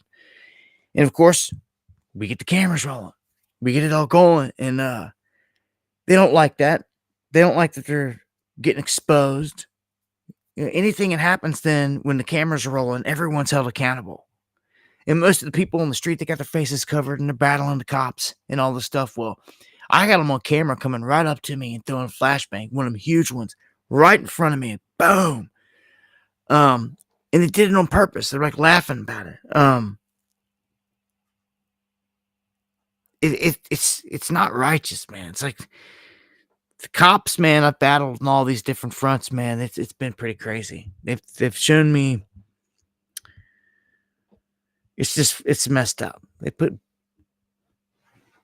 a lot of innocent people in some crazy situations. Not to say that there's crazy goons out there that need rounded up sometimes. Yes, but like the cops they treat everyday people all the time like crap. I've just seen it all too many times in way too many cities. Even when we were in Louisville, and I was covering the madness that was happening there. BLM was burning down 4th Street. And I was there live showing you. I was more freaked out about the like Darth Sith Lord freaking police unit coming down the street, like marching, like, oh, like something like Wizard of Oz, like the witch's lair. Like these, it was like that. And like, they knew we were innocent people, but they looked at us like, big boy, like they just wanted to pounce on us. Not like, get to safety or anything like that. Like, they were ready to turn on anybody. And what was crazy, they looked at us like that, and they sat there and they watched them burn down all of 4th Street. They did nothing. Our hotel was on fire. That's why I had to leave. Our hotel was on fire. Like, the building connected to our hotel was on fire. So I was like, I'm out of here. Try to get my family out of there and get stared down by these goons. But the police, like, we're doing something wrong because we're trying to get out of there. It's ridiculous. This whole place is evil, man. Very few righteous people in this world. Period. This big, beautiful bill. Let's dive into it here real quick because it's not what it seems. You can see here, it will increase near-term deficits and add $5 trillion to the debt. Nobody cares about that, right? He tried to throw all these things in there that they could push to their base that made them good. Like they scrapped an Al Capone era tax on suppressors or something like that was going to rile people up. Well, man, if you paid any attention to this bill whatsoever, they hid the most tyrannical stuff probably of the next decade in there.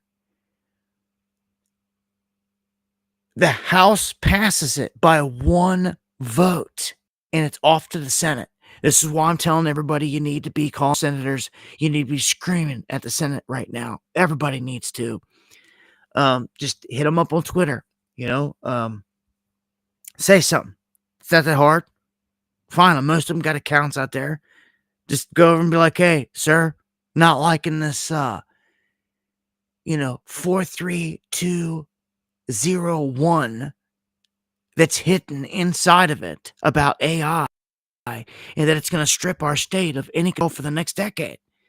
Just simply say that. Very easy, short, and simple. And not liking it. Just go over and say something. Matter of fact, I'm going to make a point to do it tomorrow to my senator. Do it in the middle of the day. Be the best time. Everyone's active. Everything's flowing. And, say no on this for that. I'm going to tell them that we're holding them responsible. Like, it's going to be you alone that's responsible for this. We can't do anything against AI because what they've done is they've slipped this part in that says that the federal government bans any state from being able to do anything with AI. You can't modify it. You can't change it. You can't go against what the government says, what they authorize, what they roll out. You can do nothing. And dude, this is the most tyrannical thing I've ever heard. Tell you can't do nothing in advance.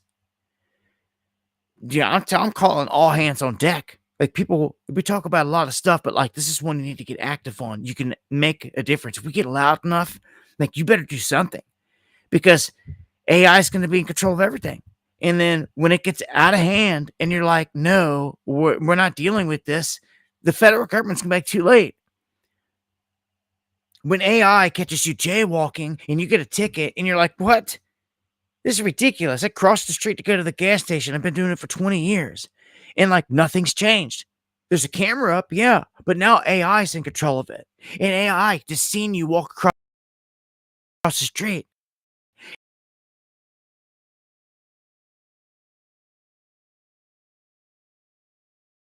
Sleeping.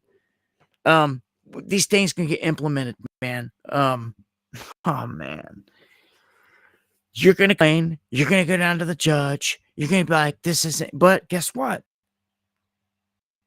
Judge could even agree and be like, yeah, it is a bit ridiculous. I got a ticket myself the other day for something petty. AI busted me throwing my ice cream cone out the window and for littering. Something stupid. Again, and I don't agree with it neither, but you know what we do? Is what the judge is going to say. What do we do?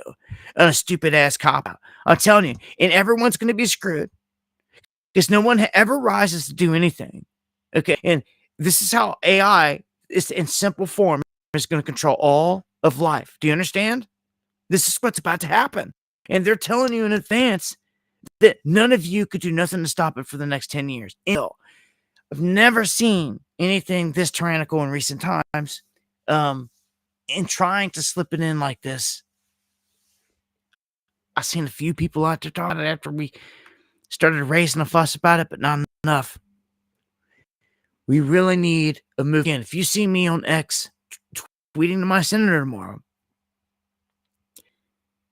and remind me if you don't see, like by noon, if you haven't seen me, somebody say something. If I forget, that's my plan. Just go over to Rand Paul. That's my senator. And say, Mr. Paul, ain't liking the verbiage in this one. Vote no. And he historically on bills like this, he does. But it's about widespread. It's about the whole thing. About, as you've seen in the House, they just passed it by one vote, 215 to 214. So like everybody, all states got to get involved. All the senators got to get involved. And not every senator is like Rand Paul. Let's be honest about it. Some you've never even heard of because they don't do much.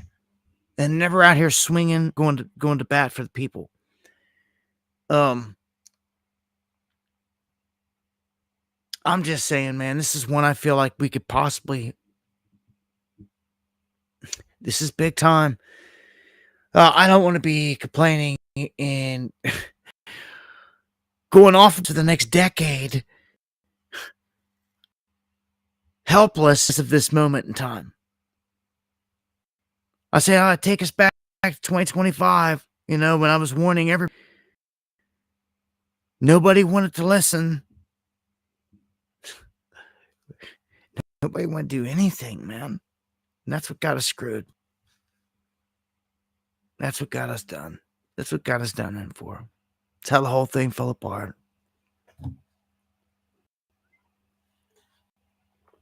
I'll meet up.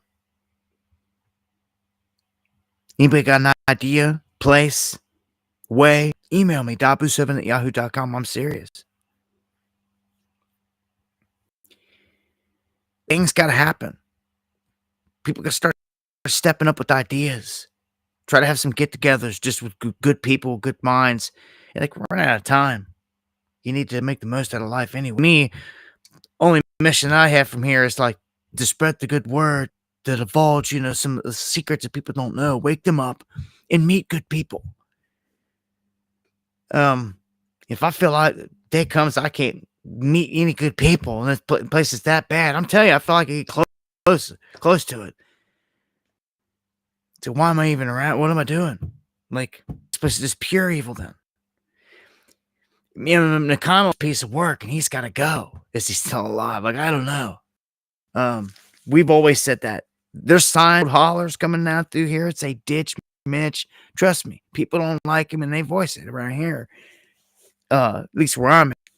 But yeah, he's a sellout that's got to go. I hope when he's replaced, it's with definitely someone way better and not an establishment goon like him. It wouldn't even be worth. He's the type, and that's the difference between him and Rand. I could engage Rand on X and possibly even get him to say something back and all this other stuff, but not with McConnell. Snub you. Them dudes, that old guard, no one lives forever. Just like Biden. They're at that point, that stage. They need to switch it up. Let somebody else step up in there. This whole, man, I've been doing this for so long. The whole freaking government, the whole thing's a setup. It's a sham. It's all a puppet show. All this is what it is.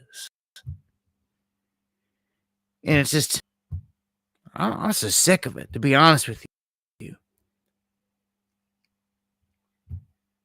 I don't know. It's just disappointing at this point. I feel like all of our patriots have been trapped. Black magic's at its highest level ever. And we're done. We're done. What do you do at that point? Where's the White Knights going to come save the day? You don't even have any militias formed that are active out there flexing or doing anything.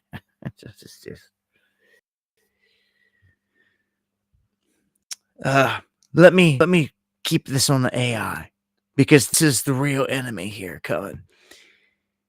A lot of us stacked up bullets preparing to shoot an enemy human if the enemy human ever comes to try to infringe on your rights or take your life, right? But what if it's a robot? What if it's Optimus? I've been saying this more and more because I think it's a real threat. It's a huge threat. How are you going to stop Optimus? How are you going to stop a weaponized, bulletproof Optimus? 4 or 5 of them run up into your neighborhood, into your building, wherever you're not. One or two of them, just one, I'm going to say, can show up anywhere, and people are going to just start crapping their pants. Because, man, we're entering a time where, man, everything, it's getting scary. He's so overseen by these things, man, that, how do you stop them? How do you stop these Optimus robots? When it comes to AI, it seems that Americans are just not using it like they want it. It seems folks in India, China,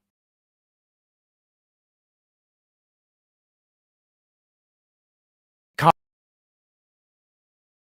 on how they want. It's not used in France. It's at the bottom of the list here. Only has Italy and even Japan below it, which they say is shocking, surprising. They figured an environment like Japan would have latched on. They went the other way with it, like seeing it as basically not good for us as people. China doesn't seem to care. India doesn't seem to care. So few Americans enjoy using AI. It's already showing. In general, just using, and we're not even talking about the fact that it's going to be monitoring your every move, like Sky. Yeah. Okay, so here's another one. And this is a big warning. And with AI, this is way easier. Nationwide are quietly deploying facial recognition technology to track your every freaking move. And this is everywhere. And look, it doesn't look like anything special. I remember back when they first started doing this in Walmarts and things like that some years ago. This exact same thing. It's already been happening. And it's not so much like it's some brand new technology. It's really just the application of software. You got to have a camera that's compatible, but most of them out there are at this point. They can take a basic camera, picking up HD footage. All they got to do is get a clear shot of your face. They've got all your biometrics. They got it right there. AI, real time. And, I always think of Georgia when I'm got to go to Florida for anything, see family. I drive through Georgia. Georgia is a state that, like, every half mile, quarter mile, something like that on the highway, there's a pole and there's a camera. And it's just not, I don't like it. It's like, it feels police state. You know what I'm saying? Like police state, like fully being watched on everything. It's watching you. Now imagine. And they're already watching you like a hog. They apply AI to this. They can do 1,000,000 times faster what a human could do. And it's going to be watching every car that goes by. Do you have a seatbelt on? Do you have a phone in your hand? Are you distracted in any way? Anything that can catch you a ticket? I'm telling you, it's going to be amplified. These are the things that are about to happen. And everybody under the sun is going to complain about it. And again, because no one wanted to do anything about this big, beautiful bill, if it gets passed, Trump's just yelling at the Senate, like, get on it so he could sign it. Like, they're trying to hurry up and get it done and ram it through. Everybody's in on this. Like, dude. Oh, man. So, nationwide, it's all about the software. And if you don't know, if you're walking into Target, Sam's, Walmart, any place like that, any of the big places, they're already like this. When you walk in, hell, they may even have a big monitor there showing you that they're watching you and tracking you. And you'll see a square pop up around your face on the monitor. That tells you and shows you right there. They're even doing this in aisles. It's like Home Depot and places, in certain aisles where certain items are, high-priced items, or maybe where things are getting stolen. We've seen this, where they've got little cameras that's watching you. It's doing the same thing. It's tracking you. And collecting your biometrics and everything. So it's snapping a photo of you right there in the store, sending it back to the main database, and instantly the big database knows where you're at and what you're doing. And it's going to log it, and it's going to secure it and keep a record of it. And it can always go back and open that up and see that you were right there on that day in that store, in that aisle, looking for whatever you picked up. They're going to have it all. It's crazy. And all this is going to be in your file. Because they're building like a version of us in the digital space. It has all this information on it, tracking your every move, everything that you do every day. I mean, they're tracking us like rats, man. It's crazy. And people do it willingly with their phones. The phone is like the biggest trap. Everyone needs it. They feel they justify carrying it because they have to have it. They say this immediately by default. Oh, I have to have it for an emergency or anything else. That's always by default. Every single person will say that. Well, stop and think about that for a second, though. In terms of tracking and privacy, just remember, if you ever want to go do something you think you're doing private, in the private, think about that phone. Okay? Just think about that phone because it's putting you there.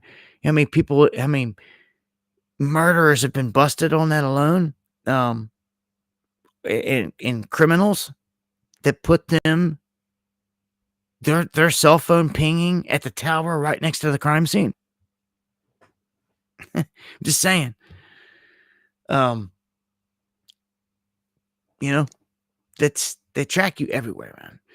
And also, they've got the technology now in the bigger cities that they're rolling out to where when a gunshot goes off, they can trace it back literally to like within feet of where it was fired on a block within a city. That's pretty crazy. So someone could do a drive-by in a city and this and that, and they'll know. And if they got a camera close by to, they'll go check that camera. And again, with AI, this place is about to get crazy. Like, I could see people going out of the way to start dismantling systems, the cameras, all the stuff, bucking back at the system. I mean, for real. All right. Skip through some of these since I've got a lot lined up here, and I got to mention this one on Obama. We have a notable Columbia professor say that he isn't sure that Obama ever attended Columbia. This isn't the first time. We've had other people say this that were at Columbia over the years. I've reported on this because we've always said he's the Manchurian, all this other stuff. Obviously selected and groomed for his position and all that stuff, but that he wasn't who he said he was. And all this other stuff, or what he said he was, because they tried to say he was born in America, and they had proof that he was born in Africa or Kenya or whatever it was, and that whole debacle that went down. Some said he never even went to Columbia. Well, now it's back, and it's crazy because, this is a well-known professor. He taught there for 46 years. And he says he doesn't know anyone personally that can verify this. Now, that's crazy.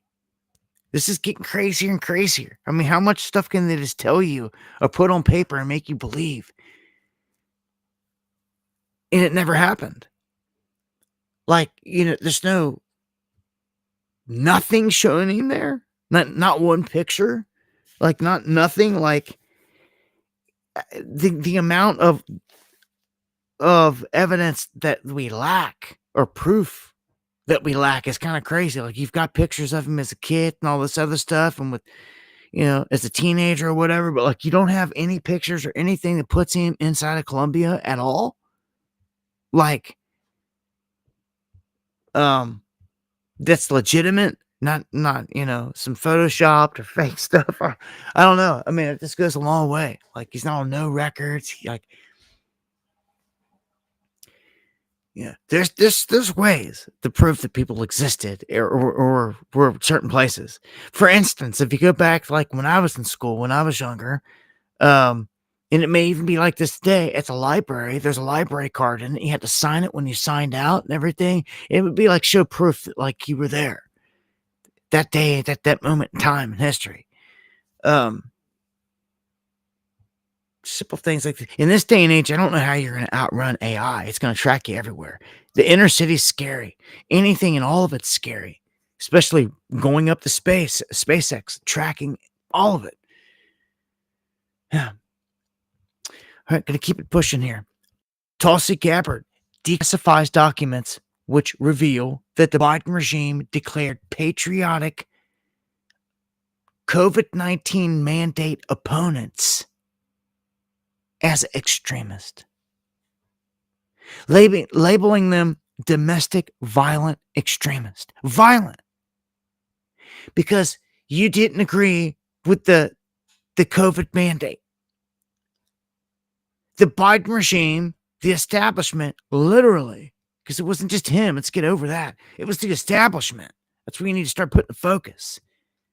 They labeled all of us, all the purebloods, that's what you might as well call it, purebloods. They label you a domestic violent extremist. That's what she is saying right here. That's what they think of you. Don't ever say, oh, this or that. No, they're doing it. They've been doing it. They're doing it right here in front of your face. Calling anyone that didn't take that jet, anyone that questioned it. That's what they labeled you. So somewhere on a file or in this biometric database, like I just told you, it's connected all this information on you. And there's information that you're pureblood and that you did not get that jab. They know this and they've got it on file. See, we're going into a crazy time. Like, we're crossing into a window that I don't like at all, because you can feel the beast clamping down all around. It's like that time. All the signs are there. Like, we're there. You might have wondered before and feel like we're there. Like, we've entered a crazy time. That's for sure. Here's one that's kind of ominous. I told you, if they ever release the bird flu, we're done. Because it'll be the real deal. You wonder why they did everything and they locked us down, all that, and they put us through the beta test. It was for a real event. And as far as I can tell, the real one that they're planning for, and the scary one, is bird flu. So what does Trump do today? Look what they label it as. Winning. All they had to do is put winning, and the small-minded tards out there would just chew it up. And, oh, we're winning. It's ridiculous. It's like brainless zombies. They're that easy to trick with just a headline like that, winning, and just put it right in their head and they'll just accept it. But it's not. When you dig deep into this, it almost seems like they're setting the stage for an excuse. For I could see them going back later and being like, what was this moment in time when Trump cut, when the gain of function research with China that caused the problem, and blah, blah, blah. And then we lost, I could see them doing that with this, because what he did is he cut the USDA bird flu, specifically gain of function research partnership with China. Right? So everything came out of China with COVID, as they rolled it out, with everything, how it went, where it hit first, everything after the military games, all the stuff that went down. What this means is that okay, on the surface, there's not going to be a facility there like there was in the last instance, is kind of what they're saying here. Doesn't mean something can't happen there. Doesn't mean it can't be rolled out there still. But I don't know. This one struck me when I see him making moves like this. It just is like, okay, I don't know. I know just everything with bird flu. It all points to like that's the one. And I've seen enough evidence to show it's at the top of the totem pole. Unless some brand new thing comes along, and it could have some crazy different name, but as long as it's a version or a strain, a mutation of the avian, the bird flu here, that's the key thing, because that's what they've been studying and working on, and they're on camera saying that they've got all the stuff ready for it. They put all the work into this. That's why I'm expecting it. Okay. Here's a kind of comical one. I got to point this out. Kim Jong-un of North Korea thought that they were going to launch this warship, the state-of-the-art warship. And there's video footage out there of them before the ceremony. Apparently, you know how you go up and like you see the ship gets tilted and it slides down into the water and then it levels out and then it's in the water. That's how they get these big ships into the water. Well, it didn't work. And their state-of-the-art warship basically kind of sunk right there. It didn't go down good. And they had to cover the thing up with blue tarps to try to, I guess that was their way to try to stop the satellite image, because they know the satellites are picking up everything. They didn't want images going around of the disaster, so they tried to cover it with blue tarps. And that's what you can see. It's in the water, like sideways, with blue tarps over it. Surprisingly, this link, there it is, right there. Right there. I mean, it's ridiculous. You can obviously see and tell what went down, and it's a disaster for them. Kim Jong-un trying to say that it's criminal, and if they catch whoever did it, they're done. They'll eliminate them. For real. That's what they're saying here. This is a Kim that killed his own uncle. His uncle was considered the country's second most powerful official. He was yanked out of position at the special military party and executed for what they called acts of treachery. And then in 2014, he executed his deputy and he did so with a flamethrower. I mean, like, crazy. In 2016, he put the country's vice premier for education before a firing squad for slouching at a political meeting, because he slouched at a political meeting. And in 2019, he put 5 officials in front of a firing squad after a summit with Trump, because the whole summit failed. He blamed them and he took it all out on them and they got executed. This is what this dude does. Okay. Again, Saudi Arabia chops heads off of people. This place is executing people. Talk about tyrants and dictators, man. Oh, that brings me to Netanyahu, the nuttiest one of all. Yeah, well, Trump tells him he has his absolute commitment to him. Orange Man, the Gentile Messiah. Oh, gosh, man. He was super dark orange on this day, wasn't he? On that image. Oh, my gosh. He almost looks burnt orange. Yeah. I mean, that's just too much, man. Like, what is wrong with you, man? But, so they call him Orange Man. That's ridiculous, that much, man. Trump's got to wear more makeup than Melania. I mean, my man, this might well just got it tattooed on him at this point, like, or something, like. So, yeah, he's best buds with this crook called Netanyahu that blows babies' heads off every day. And if you're someone that's stuck in the world saying, oh, no, they don't, they're just blowing up Hamas over there, you're a liar and you're full of crap. You don't spend no more than 2 seconds soaking up their side of the narrative. You don't do no digging. And you obviously are fresh to the scene. Because if you've spent any time here on a daily basis, seeing what happens and who kills who, you know who drops the bodies. And it's these guys, this man. There's no one more deadlier than the Mossad. Coupled with the CIA, you could argue. But no one out there. It's ruthless. It's the Mossad. That's a fact, Jack. The same Mossad that had people there on the ground to document everything that took place. And they were there beforehand on Blind 11. And I go on and on and on. But yes, I watched Adam, the comedian, earlier talking about Trump throwing his diamond over his chest. All this stuff, they were tearing him up. But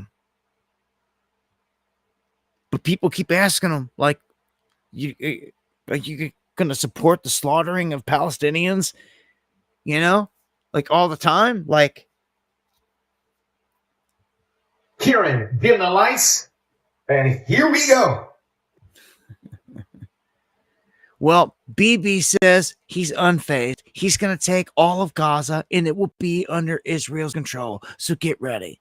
This is what he's saying. This is what he's promising. Who's going to stop him? Yeah, Trump's words on record where we go in and clean them all out. Mike Ria says I'm John Connor. I get that a lot, we got a John Connor that's actually in the chat all the time. But I get that a lot, man. I've always got that. One other thing I've always got is that I'm Heath Ledger that never died and faked his death. And I've got some crazy little cult out there that has caught on to me. They figured out that I'm who I am.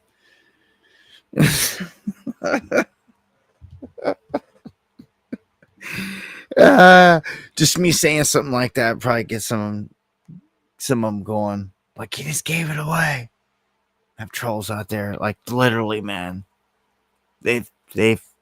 I've been in conversations with them where they really think that I'm Heath Ledger. It's like, no, man. Anyhow, Iran says that they're going to hold us responsible if the nutcase Netanyahu attacks them and hits their nuclear sites. Have they not been telegraphing this for like our whole lives? Like, so that's what they're saying. Iran's saying that, yes, if we get hit, you're being held responsible, which tells me there's going to be blowback. We're going to get struck. Something's going to happen. It's all staged, of course. The world's a stage. But this is what they're telling you. They're telegraphing it right now. This is what all the headlines are for. First off, you don't telegraph real military moves like this or anything like that. This is more for conditioning the minds of the masses and prepping them for what's to come. That way, when this whole thing goes down, if Israel does strike them and something happens here and we get rocked and hit, everybody will know why already and who did it, where it came from. And it was because you supported Israel just bombing and killing and murdering everyone. And if you didn't, they're going to say, why didn't you stop it? And they're sick of sitting there, basically, from their side, waiting on you to tell your government to stop it. When really no one is. I tell you this all the time. Trumpers aren't telling them to stop anything. Like, they don't want to hear it, but it's the truth. Like, it'd be so refreshing and great, and I actually get behind, someone that voted for Trump that, wants to call him out on these things, and just, you ain't got to do it however you want. I come hard with it, but like, you can just, do you, just ask the questions, man. That's simple. Just keep asking the questions to see if we can get some answers, man. On all these different topics. But, I don't want to have to get my people killed. I don't want to have to suffer the blowback in this whole thing because of what BB is out there doing. Okay? And he's genociding people. Come on. Again, nobody cares. Let's go to Ukraine. The largest prisoner swap of the war goes down. It's happening like right now. But it's kind of weird. Even though they're swapping them out, and it's a kind of a positive thing, you know, some of these guys are going to be sent right back to the battlefield and going to get killed. It's ridiculous. So they're swapping out, you know, a couple thousand captives. But the question is will Russia reconcile with the Ukraine and the EU? Putin says that they will. I'm not so sure. Putin is starting to flex like I'm telling you, he's starting to flex. He's giving the image right now that, like, they're not to be messed with. What's Trump say? What's Trump's exact words after doing all this and, like, trying to be the Gentile Messiah, the peacemaker and all this? He says Putin is not ready to end the war in the Ukraine. He told all of his allies in private. He's done everything he can. He's even ready to strike deals with Russia. And they still maybe could happen whenever this whole thing ends. But one thing's for sure, the United States backing out of the whole Ukraine thing, changing a position. And it's just flat out saying that, look, Putin, they feel there's more to gain. And that if they don't do it now, they're inevitably just dragging the whole thing out. It's kind of how they see it. So they're not ready to end it. And if Putin is not ready to end the war in Ukraine, oh, dude, it's not going to end. That does not bode well for Zelensky. It does not bode well for Kiev and its backers. Putin orders the army to establish a big border buffer zone inside of Ukraine. So now, huge buffer zones being created. There's moves being made. Huge ones. Russia's elite drone squad, they're called Rubicon, is on the move. They're taking out all kinds of different places. While Ukraine is trying to attack all of Russia's airports. So all of the airports are fair game. Now, they're just everyday citizens are fair game openly. That's how much this war's expanded out. So if Ukraine is going to attack, you know, that's like hitting the main airport in Atlanta with bombs. You mean, come on. Like, you don't think that, like, at some point you're going to get rocked? I think something huge is coming. And look, and thank you, Minx, for the coffee. Much love and God bless. They showed us a mushroom cloud is coming from this area on the Chinese rover pic. It's yet to happen. So I'm anticipating it. But these guys are going at it still. Don't get it twisted.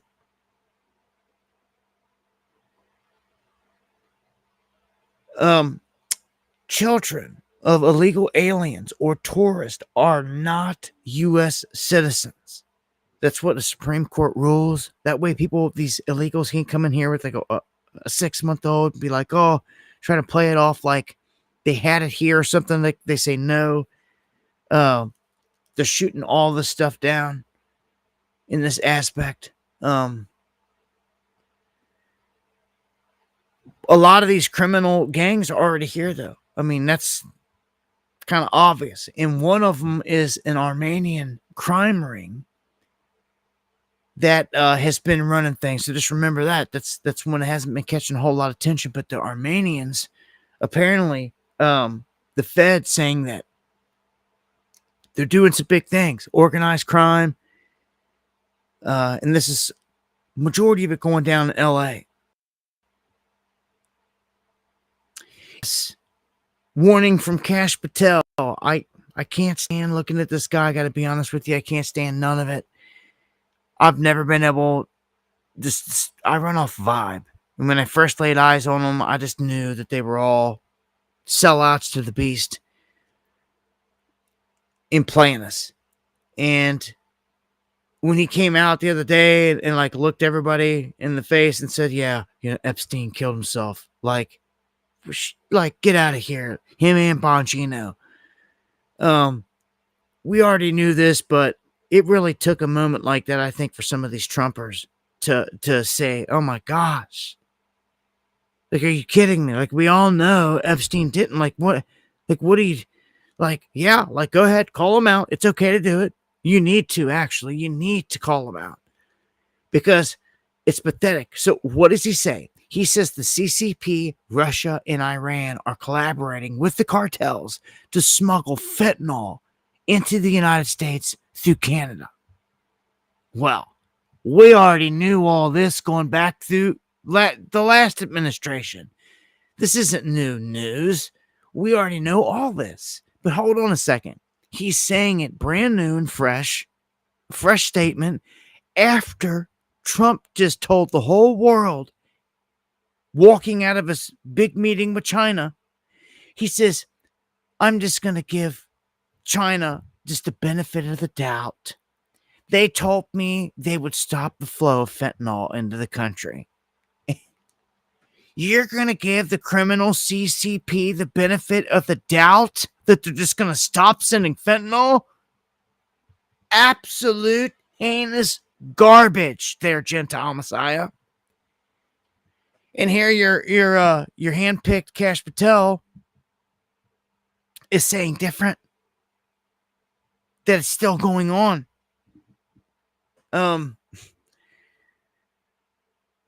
Ridiculous. It's all puppet show, man. It's all puppet show. Let me get you an update here real quick before I shut it down on the whole P. Diddy thing. The whole trial. Again, a lot of circus stuff. Nothing major, like connected to like the murders. That's what I want to see. I want to see him getting charged with the murder stuff, but he's not even getting charged with that. He's being charged with sex trafficking, or human trafficking and racketeering. He's not being charged with beating someone or anything. This thing is a setup. This is staged. So Kid Cudi coming up in here, all these people walking in, giving their statements. Of course, they can say that Diddy did all these things. That Diddy broke into his house and that lit his car on fire but he's not being charged with none of that. I'm telling you right now, you better watch this one, man. And again, they're not pinning the murders on him unless they pull up a separate trial on the murders. They have to try him for all that. But that's not what he's getting tried for right now. So it's a sham. All of it always is. Like, I don't know. He's so disgusting and vile that he deserves to have all this happening to him anyway and be locked up. So, if he's locked up for life on these charges, then so be it. Especially if he never gets charged with murders. But I don't see why they wouldn't hang him on him if they could. Anyhow. Hello. That's where it is with that.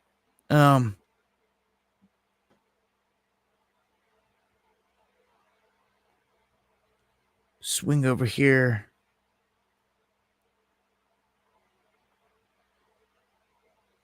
Check in on a couple things here real quick.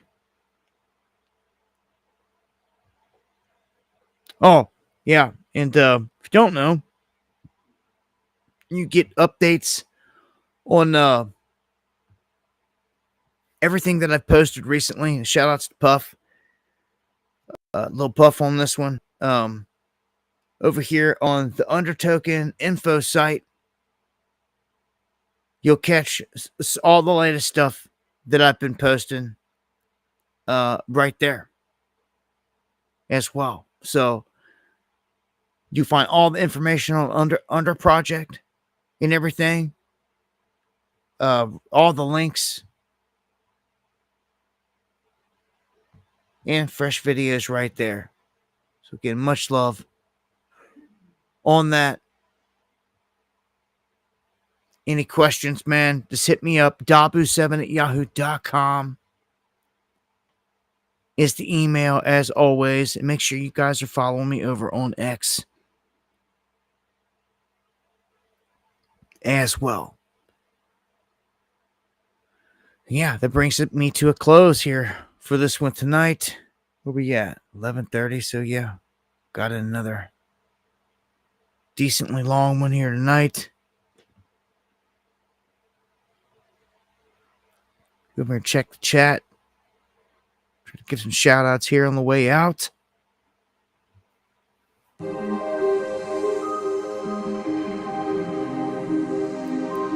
And I want to thank everyone out there that supports the show. Appreciate it to the fullest.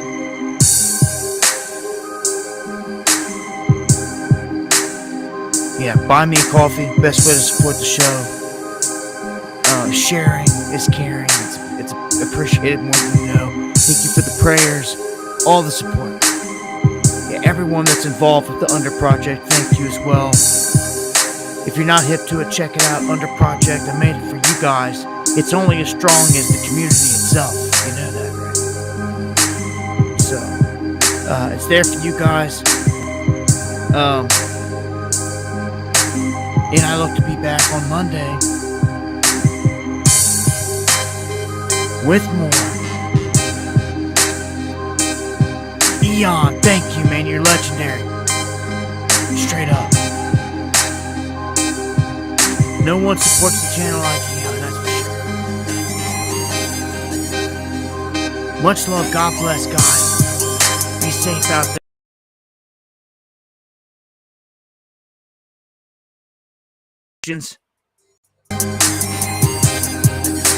God willing, I'll be back on Monday. Some underground world news live. Much love.